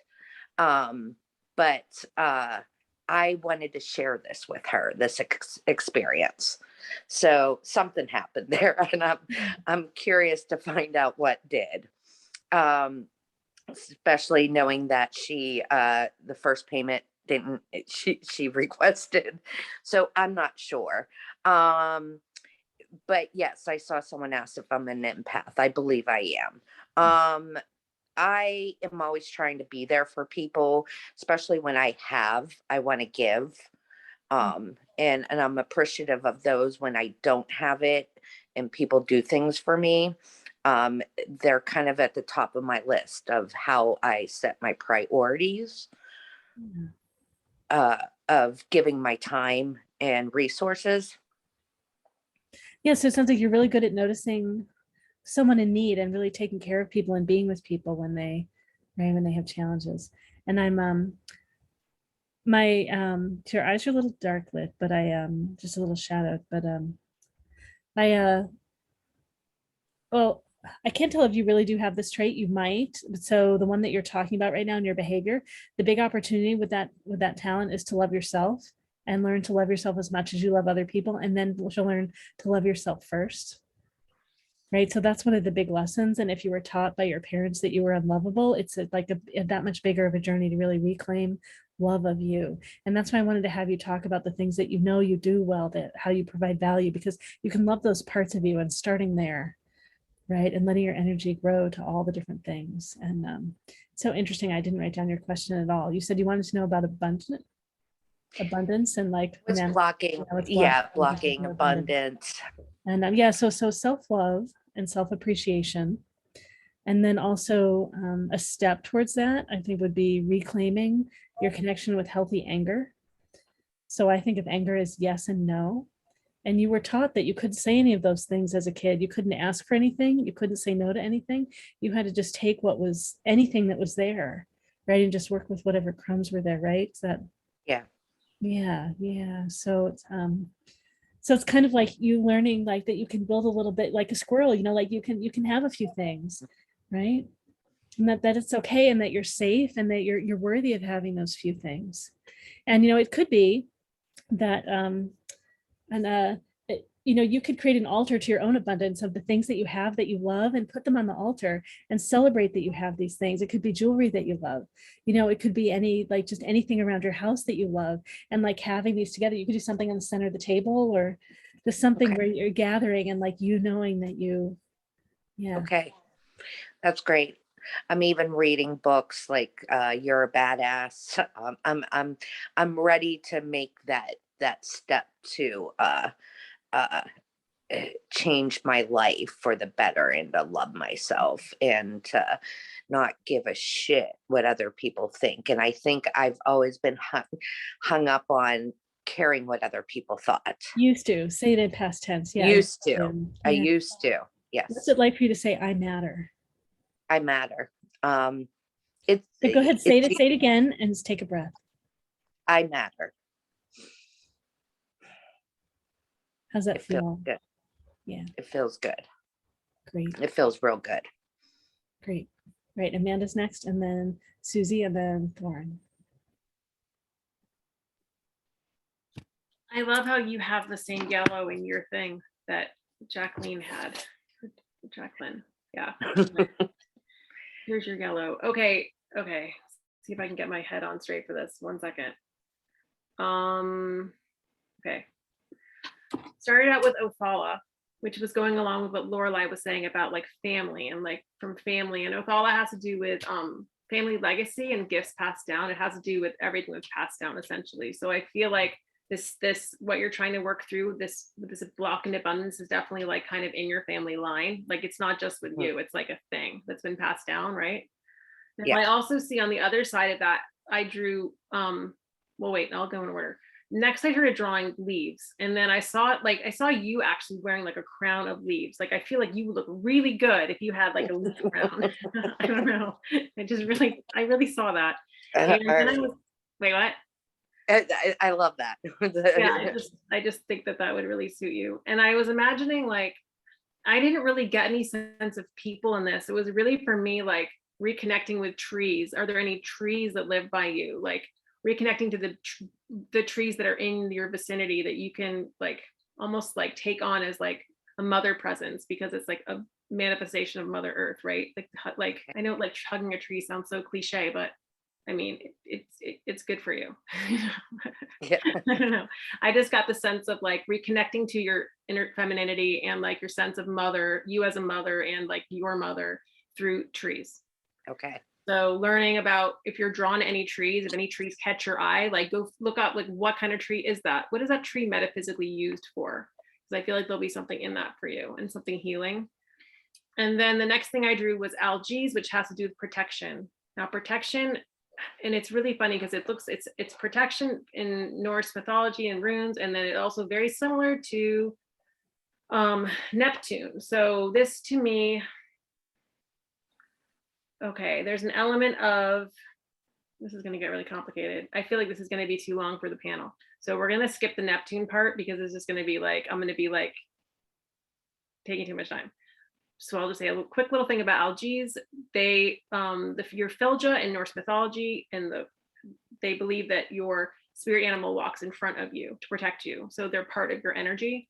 So if you want to imagine somebody walking in front of you, that's like your spirit animal that goes into the room like before you do and goes everywhere with you. It's that energy of you're always protected because the lion or the tiger ahead of you goes first, right? Like whoever, or the snake, like whatever you want to have go first. It's like they're not going to mess with you because like that part of you is going in first, and that guy like clears the room, make sure it's safe and like you're good, and then you walk in, you know. Which is funny. I am a tiger in Chinese. Is that Chinese? A wood tiger. Yeah, I know what you mean. Oh, Yeah. a wood tiger. That kind of makes sense. So a wood tiger, a tree and a tiger. Okay, yeah, that makes sense. Awesome. All right, thank you. Thank you. All right, great. Susy. Hey, Jen. Hi, Susy. We worked together before. Oh, I'm so glad. Yay. Well, Yeah. welcome back. Welcome back. Thank you. So, Amanda was talking about grounding and the trees and hug a tree. I agree with that. I concur with that. It really does help you, but that's what I got when I first saw you, was that you were ungrounded in this moment. Yellow is a good color for you, helping you with self-confidence as it's related to the solar plexus. But the grounding is going to be important because connecting with Mother Earth, and this is one of those pagan ideas, Mother Earth is about stability, foundation, and abundance. I also got that you had some past lives in which your soul contract was that it you had past lives in which wealth was considered evil, and that was because you were pretty much at the bottom of the rankings there. So I got that you were there was a some sort of Greek slave in there, so you had been captured, and then all these rich peoples were very cruel to you. There's also another time, you've had a few times in which you were Arabia. I'm seeing some times in Arabia where you were poor, and again, the sheikh just, didn't have time for you. You got kicked a whole lot. I don't understand why that's coming forward as being relevant, but you were physically abused with that, and so that created this general attitude that wealth, not abundance, but wealth specifically was evil because it made these people treat other people poorly. So they ask you, who is asking you? I feel like you've got a grandmother or three back here who are saying, but she is so worth it. She has got an incredible amount of value. And we're talking about you, but they're saying she takes care of so many people. It is time for you to uh, take not pride, but understand that that is a worthy effort to help others. But they do ask you to, they want to remind you that if you're not taking care of yourself, you won't be able to take care of others. It's like being on the airplane. Put that oxygen mask on, because if you're completely depleted, it's not it begins to sound like a threat at that point. Well, if you don't take care of yourself, you can't help any other people. But it is basically about taking care of yourself and being able to draw on those emotional and energetic resources so that you can continue to be of service. That's the phrase. Taking care of others is fine, but to be of service. And that's what the soul contract has been. It just got warped by all these other folks being wealthy and cruel. So, and Lorelei was talking about you used to do this. So the good things, you matter, you are worthy, you are provided for. Putting these things in the present tense is telling the universe that this is what you know to be, and the universe is all sure, here, blah, and they'll hand it out to you. And those things that are not in alignment with what you want or what you are in need of to recharge yourself, those are in the past. Those are past tense. What I else was do just I was just telling someone that the universe listens and it doesn't decipher from, positive or negative. It'll listen to you. So if you put negative thoughts in, Yep. you're going to get negative. And I've been really trying to put the positive thoughts out there. You are putting the positive thoughts out I there. am putting the positive thoughts. It's my Yes. wording. I need to change my wording. Yeah, and you can change the wording. You are aware of what you are capable of doing. And of course, the universe, Lorelei says, I am changing my wording. See, she's all over it. One physicalization I do is I frequently sit with my hands palm up, and let me get into my camera, and just relaxing on my legs. I'll just sit there and relax. And this is me accepting the abundance that the universe has. Now the fingers aren't clutched together, they are relaxed. So I get what I am what I need, what is going to help me do what I need to, and then whatever's not of service to me flows through. So I frequently will sit there. That's kind of my meditation position, is just to sit there, just taking in the energy. Okay. Somebody had somebody else. What do y'all want? No, the grandmothers are there. Grandmothers are there. I feel their hands on your back, like going up your spine. It's at least three of them. So their hands are on your spine, and that's to help you stand tall, stand straight, be supportive. And then what goes into the spine, the spinal column will, like your nervous system comes out from there. And that's what spreads out through your body to recharge you so that you can continue to be of service, not only to those around you, but to yourself. Thank you. You're welcome. Great. Amanda, if you want to show that image real fast, and then we go to Thorne next. Only because little dots always represent dead people, and the little dots in your drawing We go right can't- up straight. Can you Oh. just move the drawing up a little? Yeah, okay, great. Oh, sorry. My phone moved. See the little dots? Little dots are always dead people. And she said grandmother's on your spine, and it's like, that's like right straight up and down. Like she said, Susie, we're in sync. Anyway, that's your grandmother's right there. Okay, thank you. Sure. All right, great. I could have moved some of us off spotlight. And then, oops, are you switching? Okay. Yeah. All right. That's right. Hello. And Thorne, you're up.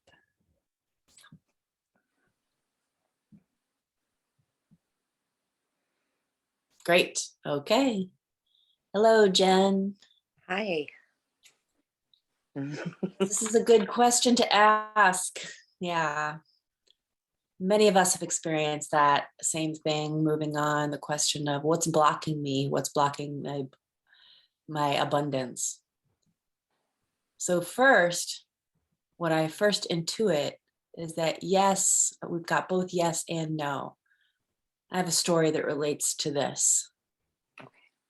Like, yes, you can allow yourself to take up space.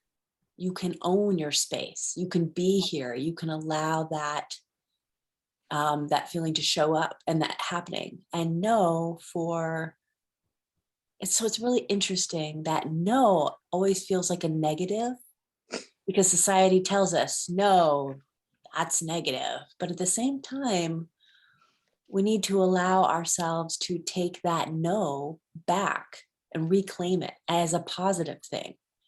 It's about boundaries, really. So how do we find the balance between the yes and the no? How can we allow a lot to happen while at the same time making a safe space and allowing boundaries? So how do we find that balance to show up with that energy? So it's important to imagine, like, what kind of energy are we giving to our yes and our no? So it's like reframing this concept. So next, I want to talk about a different idea. It's really cool. So I've got a card that I pulled for you right here. Altar, which is really cool. Sometimes we're not sure about what can happen with energy and what to do with energy. So it's a good idea to make space that we touch, that we can see, that we can maneuver, that we can shift that energy and go to that space. So a general idea is that, what does that look like for you? What does that feel like for you? Abundance. What is a color connected to that for you? What kind of texture does abundance have? So you can sort of make an altar or set something up in a corner of a room related to that energetic of abundance and what that means to you, and welcome it home, welcome it into your space and say welcome. So you can get really creative with the energy too and find the flow of that. It could be a very cool thing to work with an altar. So an interesting balance to that is this other card that I pulled for you. What I feel with this particular card, Potions and Spells is the name of the card. What we already have with you, you already have the tools. Like, what do you already have? What do you use often? What do you value in your life? What do you keep in your life? And what do you not yet been using in your life? What have you been leaving so far? Maybe it's time for you to refresh the energy. Maybe it's time for you to do a giveaway of some things and make space for some new energies and new things to arrive in your life. I've been doing that. New kinds. So a new kind of abundance can show up. That's awesome. That means that you're on the right track by doing that. Good. Also, one more card that I pulled for you. wolf. That's the sign for wolf. And I feel like, so inside your fear, frustration, uncertainty, it's good to notice that. It's good to be observant of those kinds of feelings. But like I said before, allowing that to overwhelm you, it's good to notice and make space for it and notice it and allow it to move through you and through your experience. But to stay stuck in it is not what you want to do. And also, as somebody else said, to connect with the earth, that's really important. I think you should be doing that as well, getting grounded. And last, I promise, this is the last one. I pulled this for you, this coin for your no and your yes. Both are represented on that coin. So the yes, to expansion with the earth, with connecting with the earth. And then the rune said no about boundaries. So we've got a little bit of both. So it'd be a good idea to look at your birth chart and your astrology chart to see what you could allow that information to move and support you in that process of working with the yes and the no. So I just want to give you that little bit of information. I hope that helps. I hope that is of benefit to you. Yes. When you talk about the yes and the no, is this a practice? Is this a card? Or something you're seeing? Something you're noticing. It applies to all three of those, actually. It's all of them. Okay. Especially if it's like right here, we've got that card. So if it happens, if you're stuck, if there's a problem and you can't decide which way to go, do I want to go this way or this way? We're taught that we must make one out of two. We've got one out of two choices. We have to pick one. But actually, we have a third option, but maybe we haven't been able to see it yet. So if you notice the no and think, okay, there's a no, could there be a third option beyond that no? This is a good way to play with everyday decisions, really. And then as you get more practice with those smaller decisions and play with those, you can start to apply them to the bigger decisions. So playing with that yes, that no, and that third unknown option that might be a potential for your choice making. All right. I hope that helps. It has. Thank you very much. Wonderful. You're very welcome. Great. Thanks, Thorne. And Henry is back. So Henry is next. Yay! Welcome back. Yeah, you should see me. Last time when we had a power outage last week, I was freaked out. And this time, my body said we survived that. So we're not scared. And I'm like, okay, if you're not scared, I'm not scared. So Jen, I didn't hear your question, so I didn't hear your background. So rather than you repeating yourself, I would like to ask you a question, Jen. So you're saying, is this specifically your question? What is blocking my abundance? Yeah. Okay, great. And so I hope I don't sound stupid when I ask, how do you know your abundance is blocked? Everything just seems to slip out of my hands. I can have, someone reach out to me about a job and tell me I'm perfect. And then all of a sudden, we decided we're not going to hire anyone at this point. Okay. It's almost like, I hate to use the word, but I'm dick teased a lot. I feel like dick teased. Dick teased. All right. Like I want to be positive, and I am positive. And then when I am, and I'm excited about something, the rug's pulled from underneath me. Okay, great. And it just kind of pulls me back to, I'm not worthy, I'm not worthy, I'm not worthy. Right. And it happens a lot, but Okay. I have a lot of good things in my life as well. Things work out in a weird way. Okay, great. And so that's interesting because that right now is the opposite story. Isn't that interesting how that just happened? Yeah. Just when I got ready to all right, let's get into that story. You gave me the exact opposite story. So that makes a lot of sense because they're both stories. Not that they're not truth or they're not lies, they're not made up, but they're narratives. So a narrative is when you take all the pieces and then you forge something from that that's cohesive. And then that would be called a story. And so why I'm saying that is because, so first I'm looking at the cards here. So I'm just basing it, rather than boring you with what the cards are, I'm just going to give you what they're teaching me about this. So the first thing for you to know is that you are on the verge of it just blowing up positively. Just like, in fact, it's been wanting to happen, but the story of my abundance is blocked is a little bit more powerful than the story of it's all going to work out. Do you understand what I'm saying? These are two competing narratives. And the way we are wired, hardwired, is that the negative narrative is a little more front and center than the positive narrative.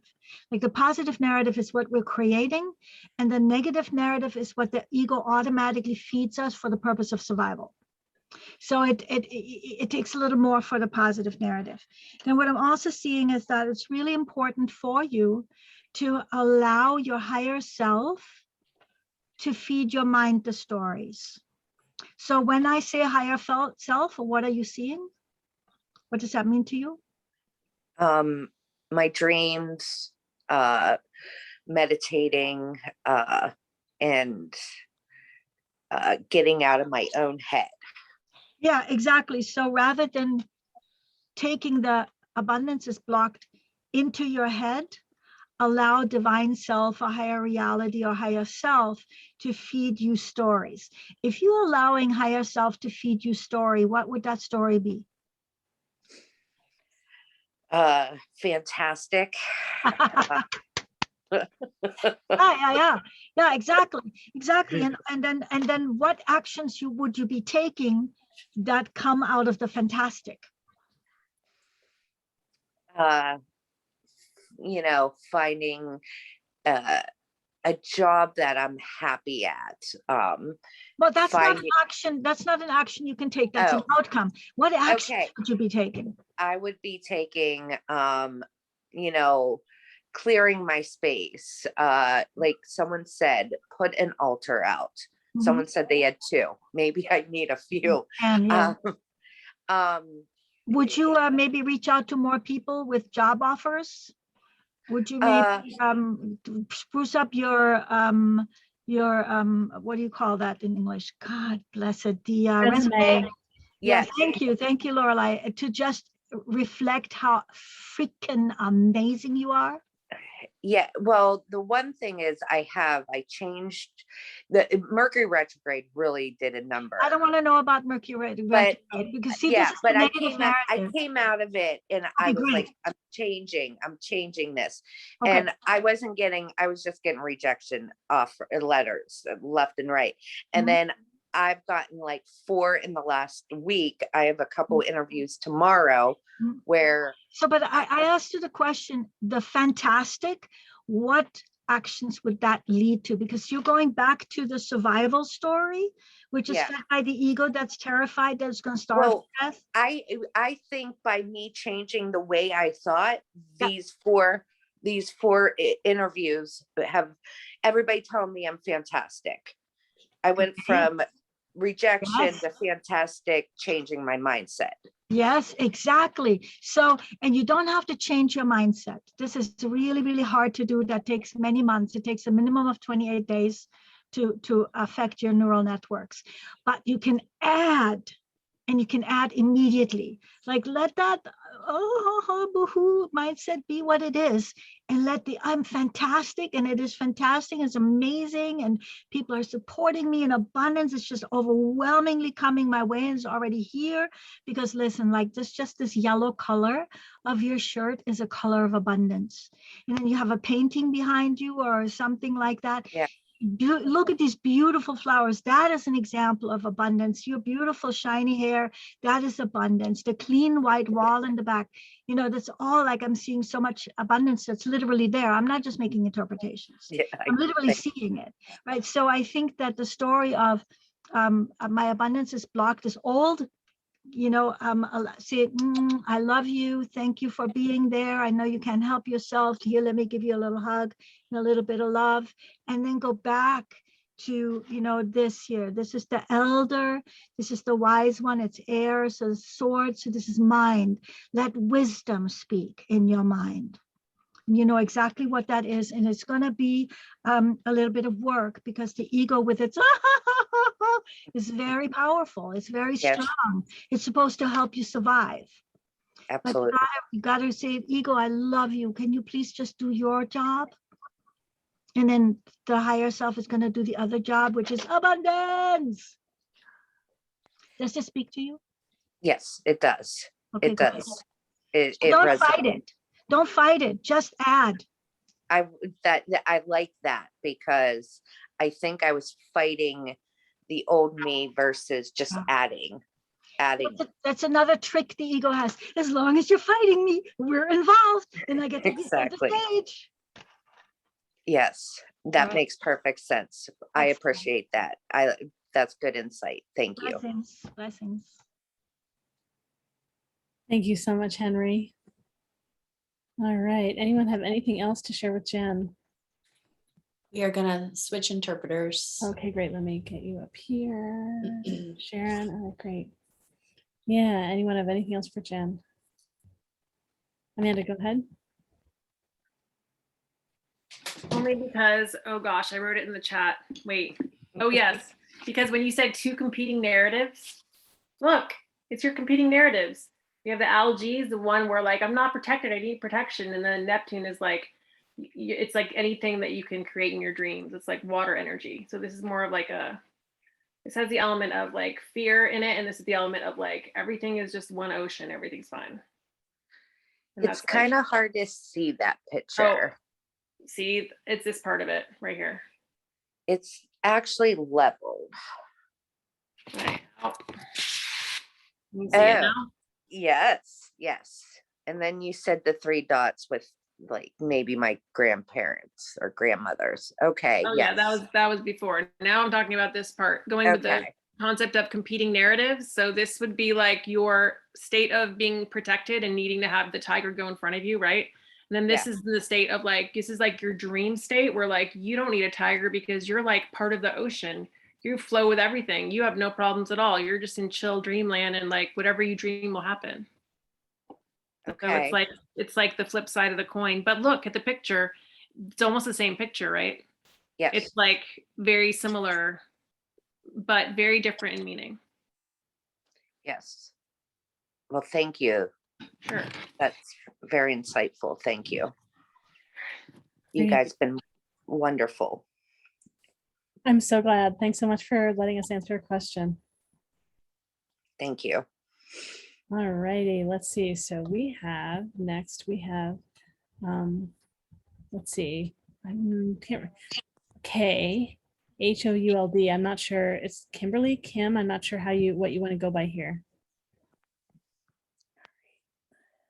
If you want to be up front, turn on your video and I'll put you up here on the spotlight. And Gracie, I think you wanted to ask a question too. I go check again and see if your payment came through. But is your name, are you Kimberly also? Is that you? Oh, it is you. Okay. Great. Yeah, I'm on my mom's computer, that's why. Okay, perfect. All right. All right. What is your question? Okay, so I've been very interested in deity work, and I was wondering, how can I start deity work, and how can I let deities work with me? How can I allow them to work with me? Deities, and I can change your name temporarily in here. What name do you want us to have here so that we call you the just Gracie. Okay, Gracie. Okay, great. Okay.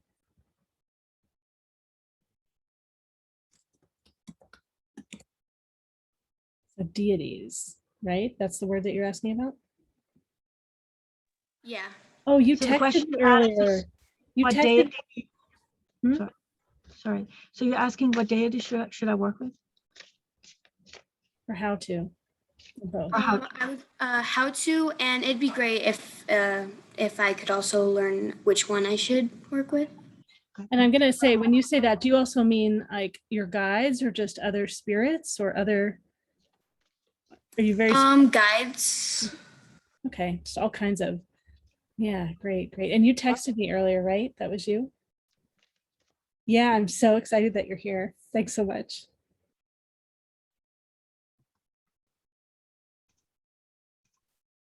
Yeah, so Susie, I guess, well, let's see. So yeah, Susie and Henry, go ahead. You all were waiting for me. Yeah, go ahead, Susie. Oh, Gracie, I'm so excited for you. This is a great big thing. Guides are those who would lead you along, and guides can be a deity, but a deity doesn't have to be a guide, and a guide doesn't have to be a deity. I said that really fast. Does that make sense? Okay. So first, I would encourage you to read up, to find out whatever you can about deities. If you want to, you can trust us to give you some direction, but it's ultimately up to you to decide who resonates with you. From my point of view, I see a feminine energy about you. Athena, I see a very strong, protective being about you. Actually, no, it's not all, it's not the triple aspect, but it could be. I see Athena or Artemis. They're very strong, powerful women who are very independent. But I also would encourage you to take a moment to determine what you want to be, who you want to emulate, or not copy, but to grow into being. And that can be a guide you can call in who can guide you along the way. It also means learning to listen to your intuition. So when you sit and say you're walking along, I don't know if anybody does libraries anymore, and it makes me sad, but if you were, say you were in a library and you saw this shelf of books in front of you with the names of beings, okay, so it's also not just goddesses and gods and ascended masters. Maybe there's some sort of animal totem out there for you. But to see yourself walking along and see where your hand stops and pull that book out, and that's a guide to start researching. So it's not limiting yourself to one particular thing. We may have one major guide in our life, but we have others that come in to support us in all different aspects of our life. And you can also have animal. I see dragon with you, which I think is very compatible with Athena or Artemis. And as Amanda put in there, Freya. I'm seeing some very strong, empowered feminine energies around you. And dragon is, I work with dragon. They're pretty cool too. So just take that time to think about it or meditate. I don't know. For me, meditation is taking a nap a lot of times. So, you know, but think about it and play it out in your head. Who would you like to, where would you like to go? Use the imagination. The imagination is just an alternate reality you're creating for yourself. And then do those things. Sometimes people, we've been talking about altars tonight. Do things as you research which guide or goddess you want to look at. Find those things that are associated with them and set that out. So an altar is a great way to start. But talking to them, I talk to my guides all the time. So people think I'm nuts because I argue with my guides, and that's okay. So you don't have to make the decisions right off the bat. Allow yourself that time to be led, or not led, but guided. I keep saying the word guide because that's what they are. Okay, does that help? Can I want to Yes, jump in. thank you. I want to jump in and say something, Susie. This is something I've heard you say before that I don't, for some reason I didn't hear it. It's come through right now. You say, you do have people say things like, just show me, like, show me who you are, like, who are you, like, I'm ready to connect with you, and some things like that. Could you say it in your words? Yeah, you can do that, and I think that's what can happen in a meditative state if you want to take that time to quiet your mind, and you can sense a guide with you, and then that's when you ask them to present themselves. But as you're starting on this path, I am very much a proponent of researching it. People will come to me and they say, I've got guides. Who are they? It's like, well, ask them. But you're learning. So you do have guides and you can also ask them. But research is one way to do it. There's so many ways to do it. I don't think there's a wrong way to do it. It's the way that resonates best with you. Okay, cool. Good luck. Have fun. Have fun. Do that. Enjoy it. Because I've done those where it's like, oh, you're so great and mighty. And my guides actually sit over in the corner and go, oh, for God's sake, just move on, please. Let's do this. Don't get bogged down in the details. Enjoy it. Okay. All right. Thanks. Great. Thank you, Susie. We've got Henry and then Thorne and then probably Amanda.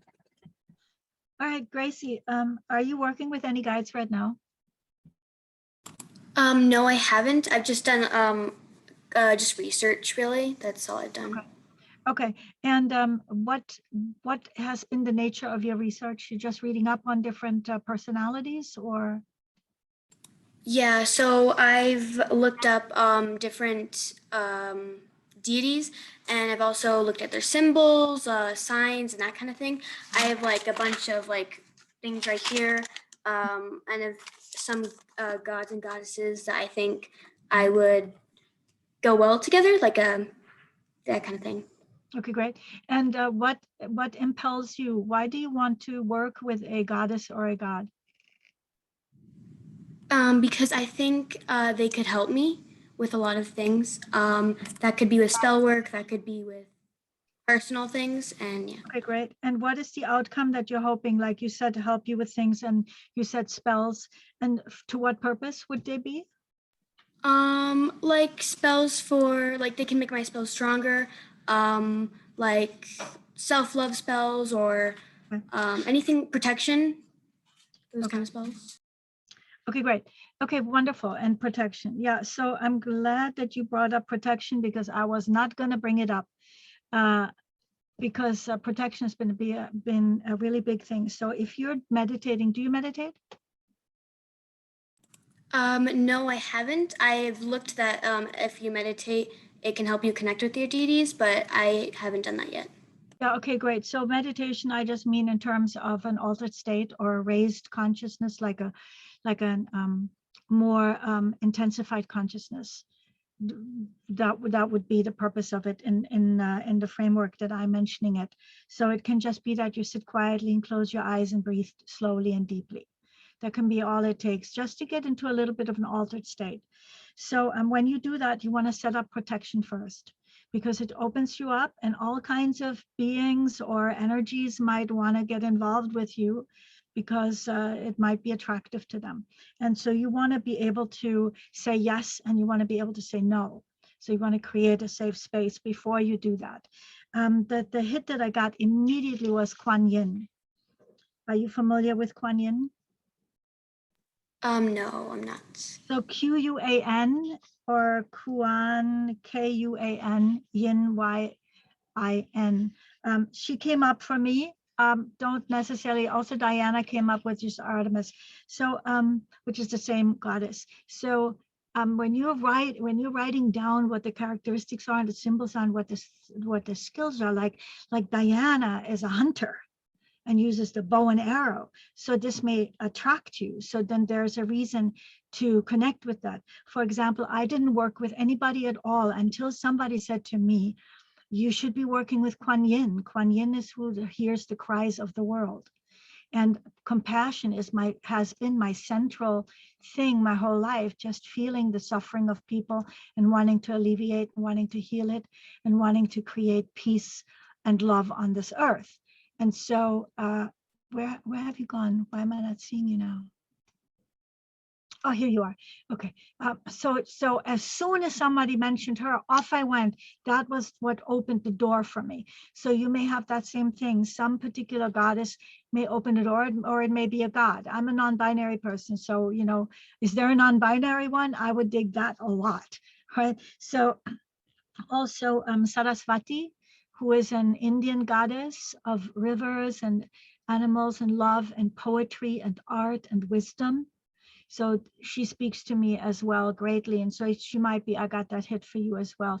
So you might work with one more. So a lot of times people work just with guides who are not directly like goddesses and gods, but I don't see any reason why you shouldn't.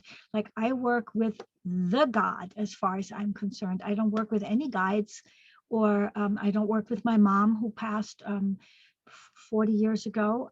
I work with God directly, and a particular manifestation whom I call my chuckling God, because he's always giggling and laughing and thinks I'm so cute and is so amused, but not in a laughing at me way, but just in this absolute he adores me.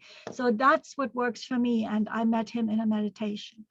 And I think it is the God, but you know, all these different aspects. So you can work with an aspect of that. If you look at the Indian goddesses and gods, you'll find out how it's all aspects of God, if you will, if there is such a thing, or of universe, or of ground of all beings. So Hinduism might yield a treasure trove for you.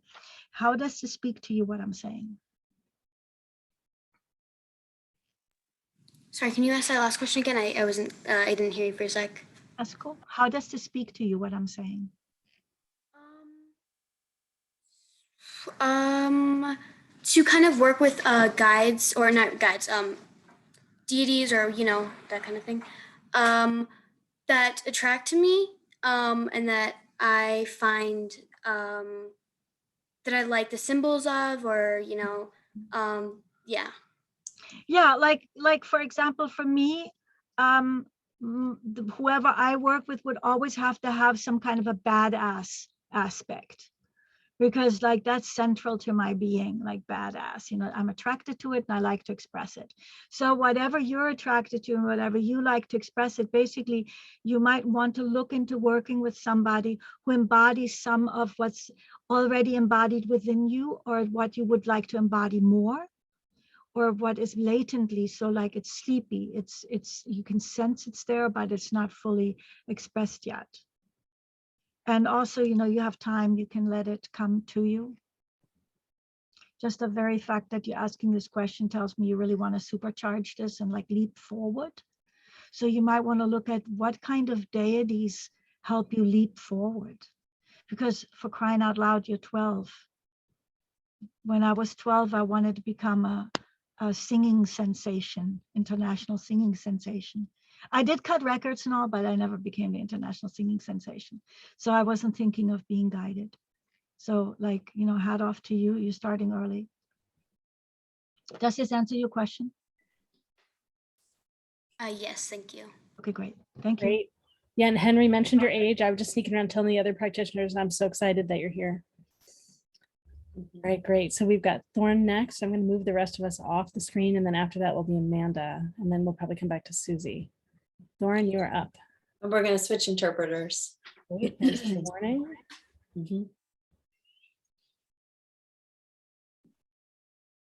All right. Okay, we ready? Hello, Gracie. I'm really excited that you're here. And it's a wonderful question that you've brought to us tonight. So the advice that I would give you, like someone else said, allow yourself to open up to your curiosity.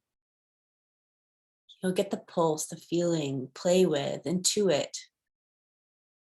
Don't just like maybe pick one randomly to say, oh, I'm going to decide this one is going to help me now. Continue to do your research, continue to read about myths and stories. And if you happen to dream or meditate and connect with a deity, then pay attention to that too and see what message is there.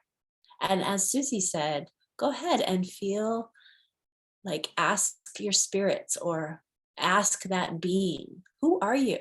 What's your name? How do you want to why are you here? How do you want to show up? What are you doing here? It's okay to ask all these questions when you feel an energy near you. For myself, I've actually argued with my guides and it's totally okay because we have that kind of a kind of a relationship has allowed us to learn about ourselves. And it's how we interact with each other, how my guides interact with us, how deities, there are different ways that they can interact like that. And so it actually took me a long time to connect and decide, oh, those are my guides.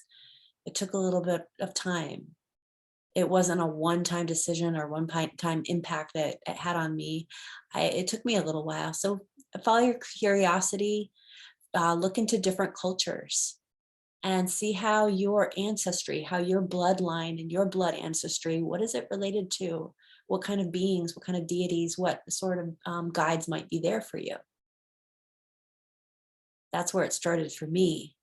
Actually, the fairy stories is where it started for me, the fairy myths. And I just got totally immersed and learned so much I could about the world of the Fae. So I encourage you to go just research what you're excited about. And maybe that some of energy around you, maybe magic, the fairy energy might be around you too, unicorn energy, maybe something else. Do you interact with that kind of energy, Gracie? Like the fae, the fairy, unicorns, elves? Yeah, I do. Those really intrigue me. I really like them. That's great. Just keep going, keep doing that. Allow them to guide you and allow them to show you different things, the different possibilities. And maybe those are going to guide you to your next guides. So just follow that process and allow yourself to ask them questions like, why are you here with me? What can you give me? What do you want to offer me? How can I give back to you? What's the exchange that we can have? I should mention that actually, if we allow ourselves to really pull back and just kind of accept, take from the universe and don't give back anything, that means there's an imbalance there between us and the universe. So we always have to remember, like our ancestors did, if we ask ourselves for, or if we ask our ancestors for wisdom, then we need to offer them something else. And we can listen to that message. So the fairies, the unicorn, when they give something to us, some message or anything, we can kind of figure out something.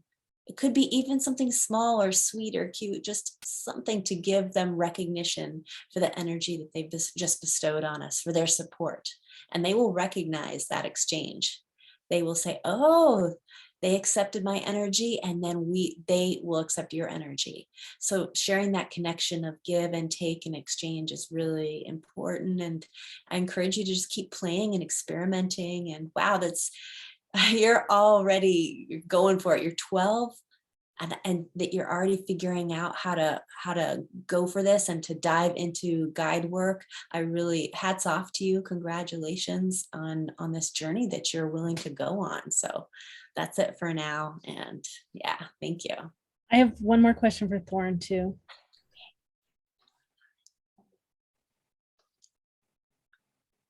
Go ahead. Someone asked in the chat, and I just think Thorne could say something about it also. Someone asked if some people say that fairies are dark energy, and if you could say something about that. I mean, I know that they're not necessarily that, but in case Gracie had any question about that too, you could address it.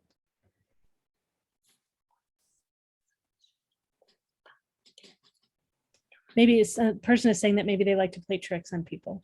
Yeah, just if you can say anything.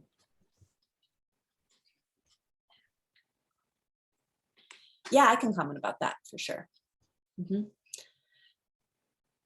So for a long time, I've worked with the fae, fairies. And yes, there are specific fairies that have, I wouldn't exactly label it negative energy, but they will, like, for example, specific fairies will be aware. It's important to be aware of their energy, like how to interact with them. Not necessarily to call on them in specific circumstances and recognize, okay, your purpose for this energy, why maybe is not totally appropriate. So for example,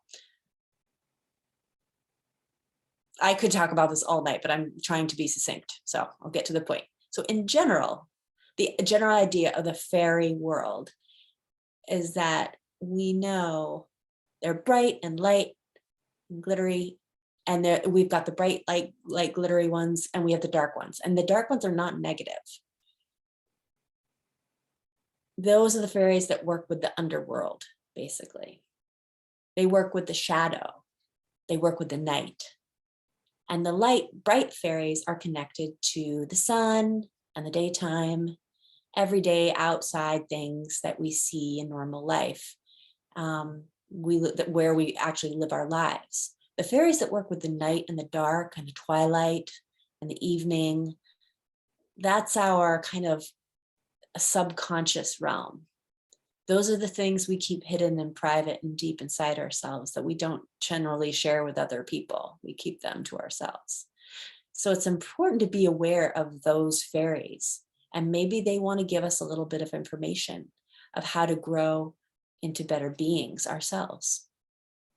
At the same time, you don't have to necessarily interact with them constantly. Like, yes, there are some fairies and animals, for example, gnomes or elves or leprechauns. They'll maybe use some certain kinds of communication.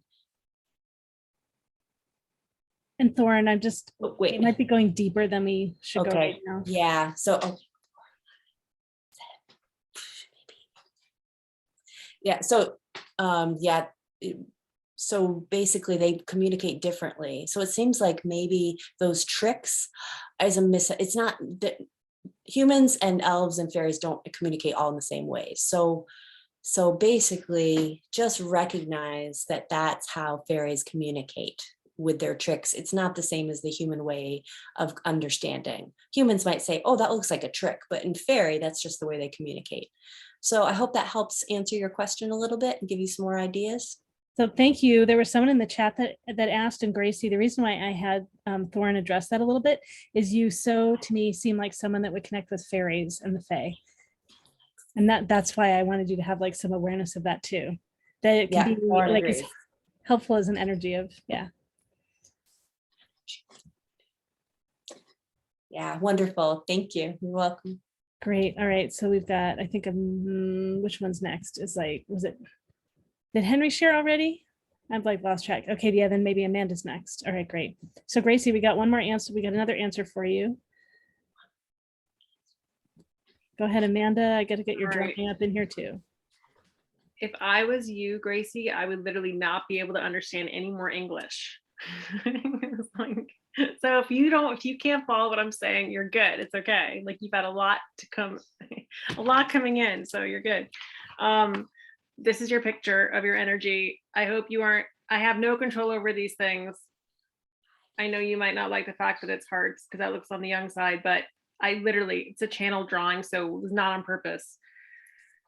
It's representative though. I was definitely seeing Freya's energy with you when you were asking like that, and definitely the strong kind of warrior vibe, feminine energy. This is a god down here, Tyr, who has to do with like, he was a very strong warrior god. So the warrior energy, and then Freya, like the beautiful goddess. So it's like the vibe of like someone who's really beautiful and strong and who will not let people get away with anything, basically. And I saw another thing, little pieces of pie with hearts in it. So it's like, I'm imagining that like every time you work with a different deity or a different energy or a different animal, a different like energy form, a different way to experience energy, you're going to be putting like pieces of your heart back together. So it'd be very healing for you. And have you ever tried bibliomancy, which is like just, it's kind of like working with tarot cards, but you just like open a book to a page? No, I haven't. So if you have like a book on deities, or you have like a pile of them that you're like looking into that you're interested in, you could literally just like close your eyes and just like be like, clear your mind for a minute and be like, who's working with me right now? And then just open the book, and then you'll get the one that's with you like at that moment. It's kind of a fun way. It's a fun way to play around with it. And then you'll start seeing, if you do it on different days, you could start saying, hey, maybe there's always the same one with me. Or maybe right now, like I'm having like different ones, just depending. But I bet you'll see that like there'll be one that pops up more often than other ones. It's kind of a fun way to see who's there. But yeah, good luck. All right, Amanda, can we go into that drawing for just another moment? There's like so Oh. much there. Can you pull Yeah. it back up to the screen? Ooh, wait, is Yeah, that what? yeah. Can you say anything about like the steps or the trunk or the like the pathway through or the? I can, and interestingly that you should say that because, okay, see up here, I do this at the very beginning, and this has to do with actually like all the practitioners that are here. So this is a circle of practitioners, and it's a long story, and it's obviously like for a different part of the evening, but it had to do with the jellyfish, and it had to do with healing energy and intersecting spirals. Anyway, that's us. But look, see these little steps? They go all the way down to Gracie. So it's Well, like, you know. Gracie's a future practitioner, Yeah. so yeah. Right? It's like the next generation, but it's like steps, but it's like, and both ways, right? So the further she gets along in things, then she'll be obviously teaching us. So it'll come back this way, like a pathway. But yeah. Great. yeah. I guess, Gracie, do you have any questions about the drawing? Because Amanda can say anything about any pieces that get your attention too. What is the little spiral thing connecting to the green dot or circle? Oh, right here. You know, this green circle represented someone's mother in a different reading. So I would say this has to do with an energy of mother. It's connected to Kinaz, and this rune means knowledge and learning, which makes sense because we're talking about like researching stuff and looking in a book for answers. And also you can look within yourself too for answers, for shining a light on things. So there's an energetic pull between the quest for knowledge and that mother energy. So I would say that it has to do with, yeah, that's kind of like a deity outside yourself, right? It's like, who is this energy up here that's giving you, like, I feel like you already feel connected to somebody, you just don't know who it actually is. So this is like the energy of that, this energy that you don't have a name for yet, but it's like you're connected to that energy. That's a thing. And you're just looking for like a name and how to define it for yourself. But I feel like there's like all these different names for it. So at the end of the day, it's like Mother Earth, right? It's like how we're all connected, or it's the energy of like God, Goddess, or it's the energy of like everyone's like one energy kind of thing. But working with different deities helps put yourself back together in a way, and then it'll help you experience the connection to that one energy even better. That makes sense. Was that too many words? I'm sorry. Yeah, it does make sense. Is it Thank okay? you. Okay, all right. Okay, great. Just anything else about Amanda's drawing before she finishes? I just want to give you an opportunity. No, I'm good. Okay, great. Yeah. Yeah, well, it sounds like, oh, Henry has something else. Go ahead, Henry. We're going to switch interpreters real quick. Sure. All right. Okay, go ahead, Henry. So I let myself be guided a little bit on your behalf, Gracie. And what I was guided to was the Trinity of Brahma, Vishnu, and Shiva, which is from Hinduism. So Brahma is the creator, and Vishnu is the preserver, and Shiva is the destroyer. And the three of them create the cycle of creation. So you like create, then it exists for a while, then it's uncreated. So it can give rise to creating again. And I think that would be something really great for you to look into. Probably not the direct text, because the direct text can be kind of like, really what? This sounds like a lot of war and fighting.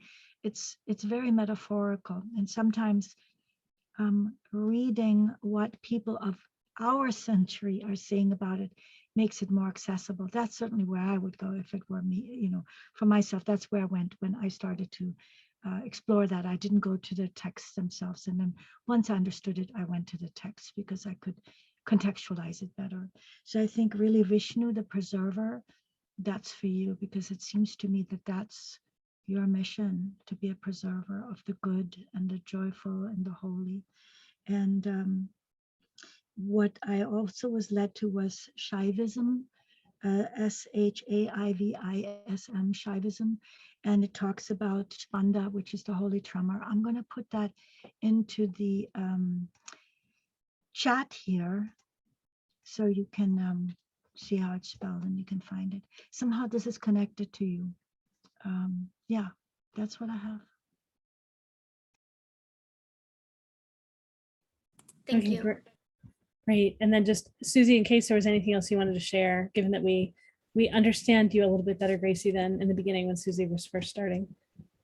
Yeah, Gracie, I apologize for underestimating you. You said you've done all this research, and that's what I'm going, yeah, yeah, yeah.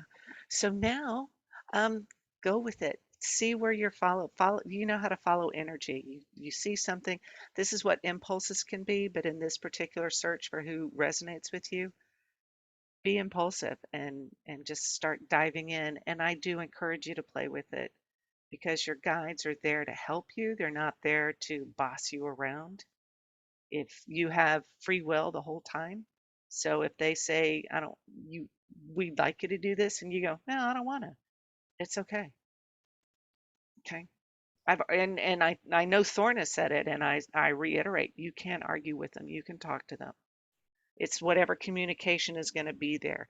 They are not going to take anything out on you. They are there to help you and to help you grow and to expand your knowledge and certainly to expand your impact on the service to those you encounter. So I am excited for you, and I hope you come back to join us and we can follow your journey. Thank you so much. Yeah, that's what I was just going to say. You texted earlier to ask if there's any age limit on our events. I think all of our events are fine. They're open. Like you can come to any of them that you want. We have some that are for learning and practicing with people, and then you can learn tons at the events and just all kinds. Yeah, and those asking questions like you are now. It's great. Yeah, I plan on coming on the Saturday one.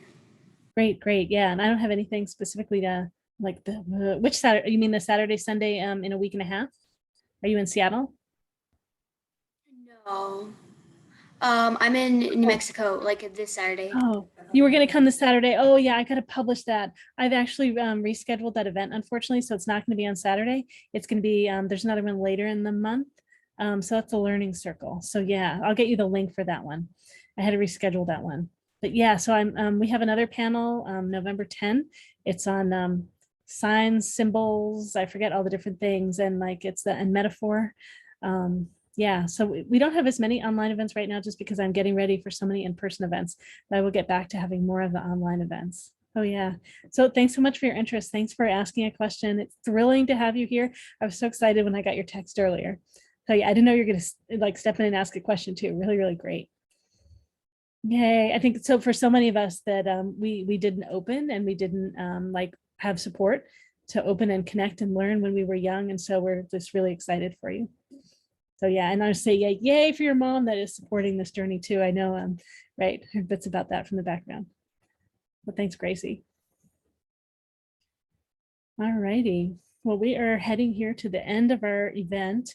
I put information about the practitioners in the chat. We all have specials tonight.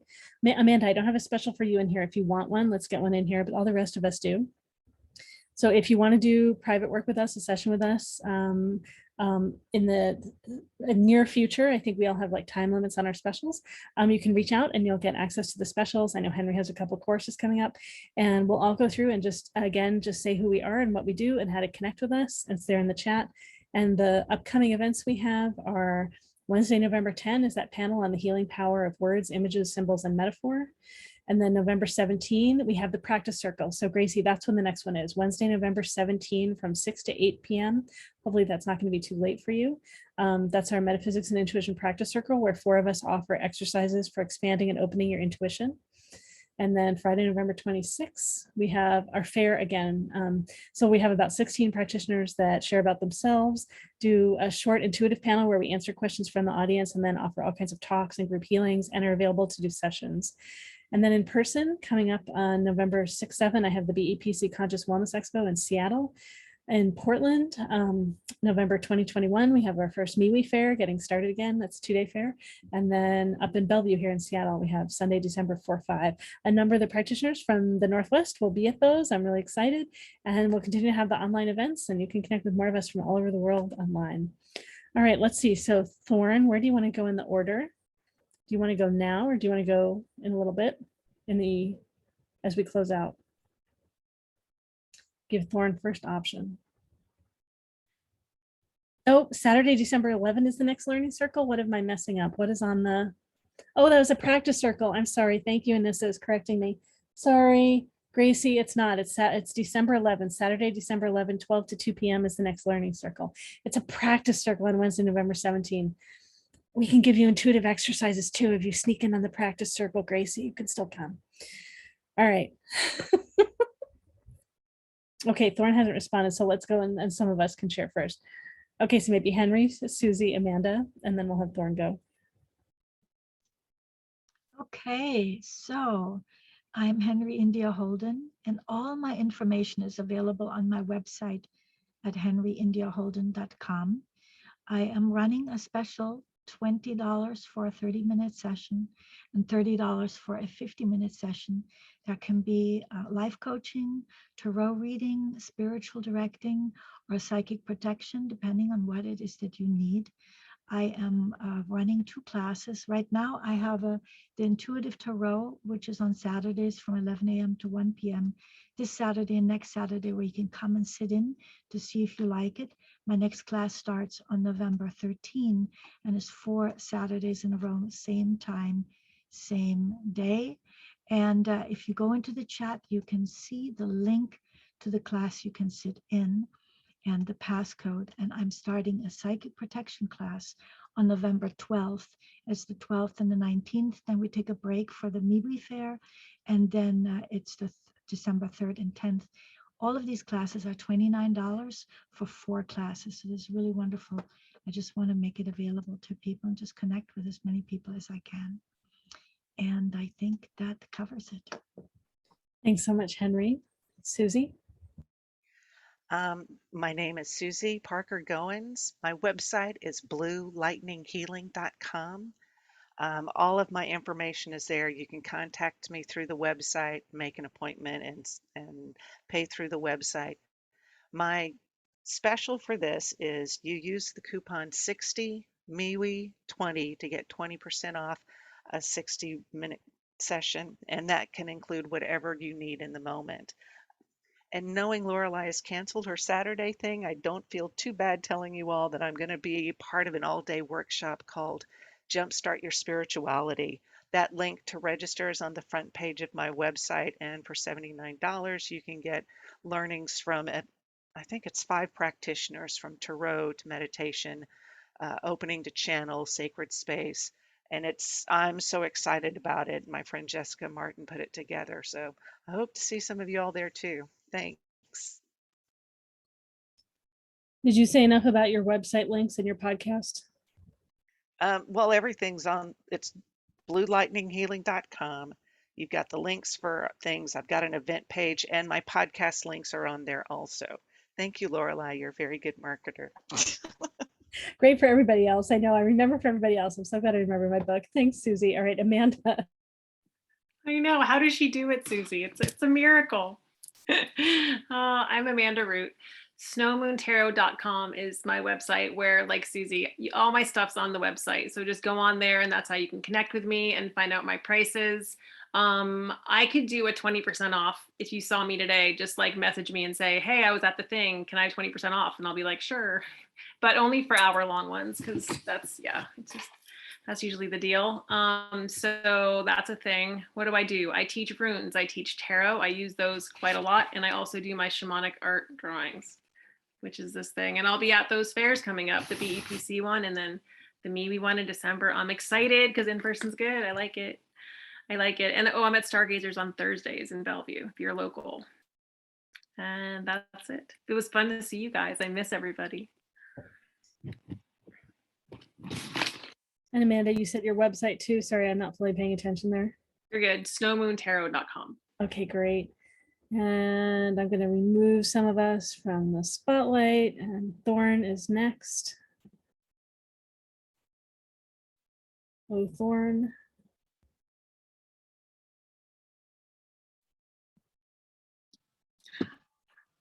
All right. Hello, everyone. So I am Thorne. And so I have many specialties: tarot, rune, energy work, ancestry work, all manner of things. I work with everything from A to Z. And so you can contact me at my website at www.spiritoracle.com. And you can email me as well. That's fine. You can contact me that way. And so I'm Heart of Oak 8@gmail.com. And then you can find me on Instagram at Heart of Oak 8. And then so I can do most readings one-on-one. I can do it video like on Zoom. And if you're local to Portland, we can talk about, you know, maybe we can meet in person. It kind of depends, you know, but I tend to do most of my work online anymore. And so I want to keep it accessible. We're accessible to deaf, hearing, everybody's welcome. And so also next month in November, I'm going to be offering tarot, a workshop. It's going to be short and sweet, kind of a workshop. And so I'm going to put that onto my website and on Instagram. I'll add that information for you. And so my specials, so I'm doing a Halloween reading. And so it's going to be about you know, half an hour. So you can email me at email me or contact me on email or Instagram. Anyway, I'd be looking forward to working with you. I really enjoyed myself and appreciate you all. So thank you so much. Thank you so much, Thorne. Lovely to have you here again. And thank you so much, interpreters, Sharon and Grace. Great to have you. I just put the information in the chat again if anyone wants to make a donation to the tip jar for the interpreters. Thank you so much, everyone who donated. And I'll pull the other practitioners back up again too, just as we're saying goodbye. So thank you everyone that was here. Great to, and Henry, if you want to come on, I'll just turn on your video. Oh, great, there you are, pop you up in here. Henry disappearing and coming back, and so great you made it back. Glad the electricity is on. I know, that's like amazing. They said 1 o'clock in the morning, but they came on right away. Yeah, it's great. So thank you everyone for being here, for holding the space and asking questions, and practitioners for being here, dancing again. It was great. I know so many of us were together last year, and here we are again. And right, so everyone preparing for the thinnest time of the veil. I loved everyone's questions, love supporting all of you. You can learn about more of our events on MeWeFairs.com. If you want to see the online events in particular, go to jointhefair.com or join MeWeOnline.com and scroll down and you'll see everything we have coming up. And Gracie is already off. I texted Gracie with information on when the next learning circle is and that they can sneak into the practice circle too if they want. So yeah, gotta take care of everybody. So excited. We get to support everyone at whatever age we are, growing and opening to all of our gifts and connecting. Just lovely to do this. Thank you, practitioners and everyone for doing this together. All right, I will turn off the recording.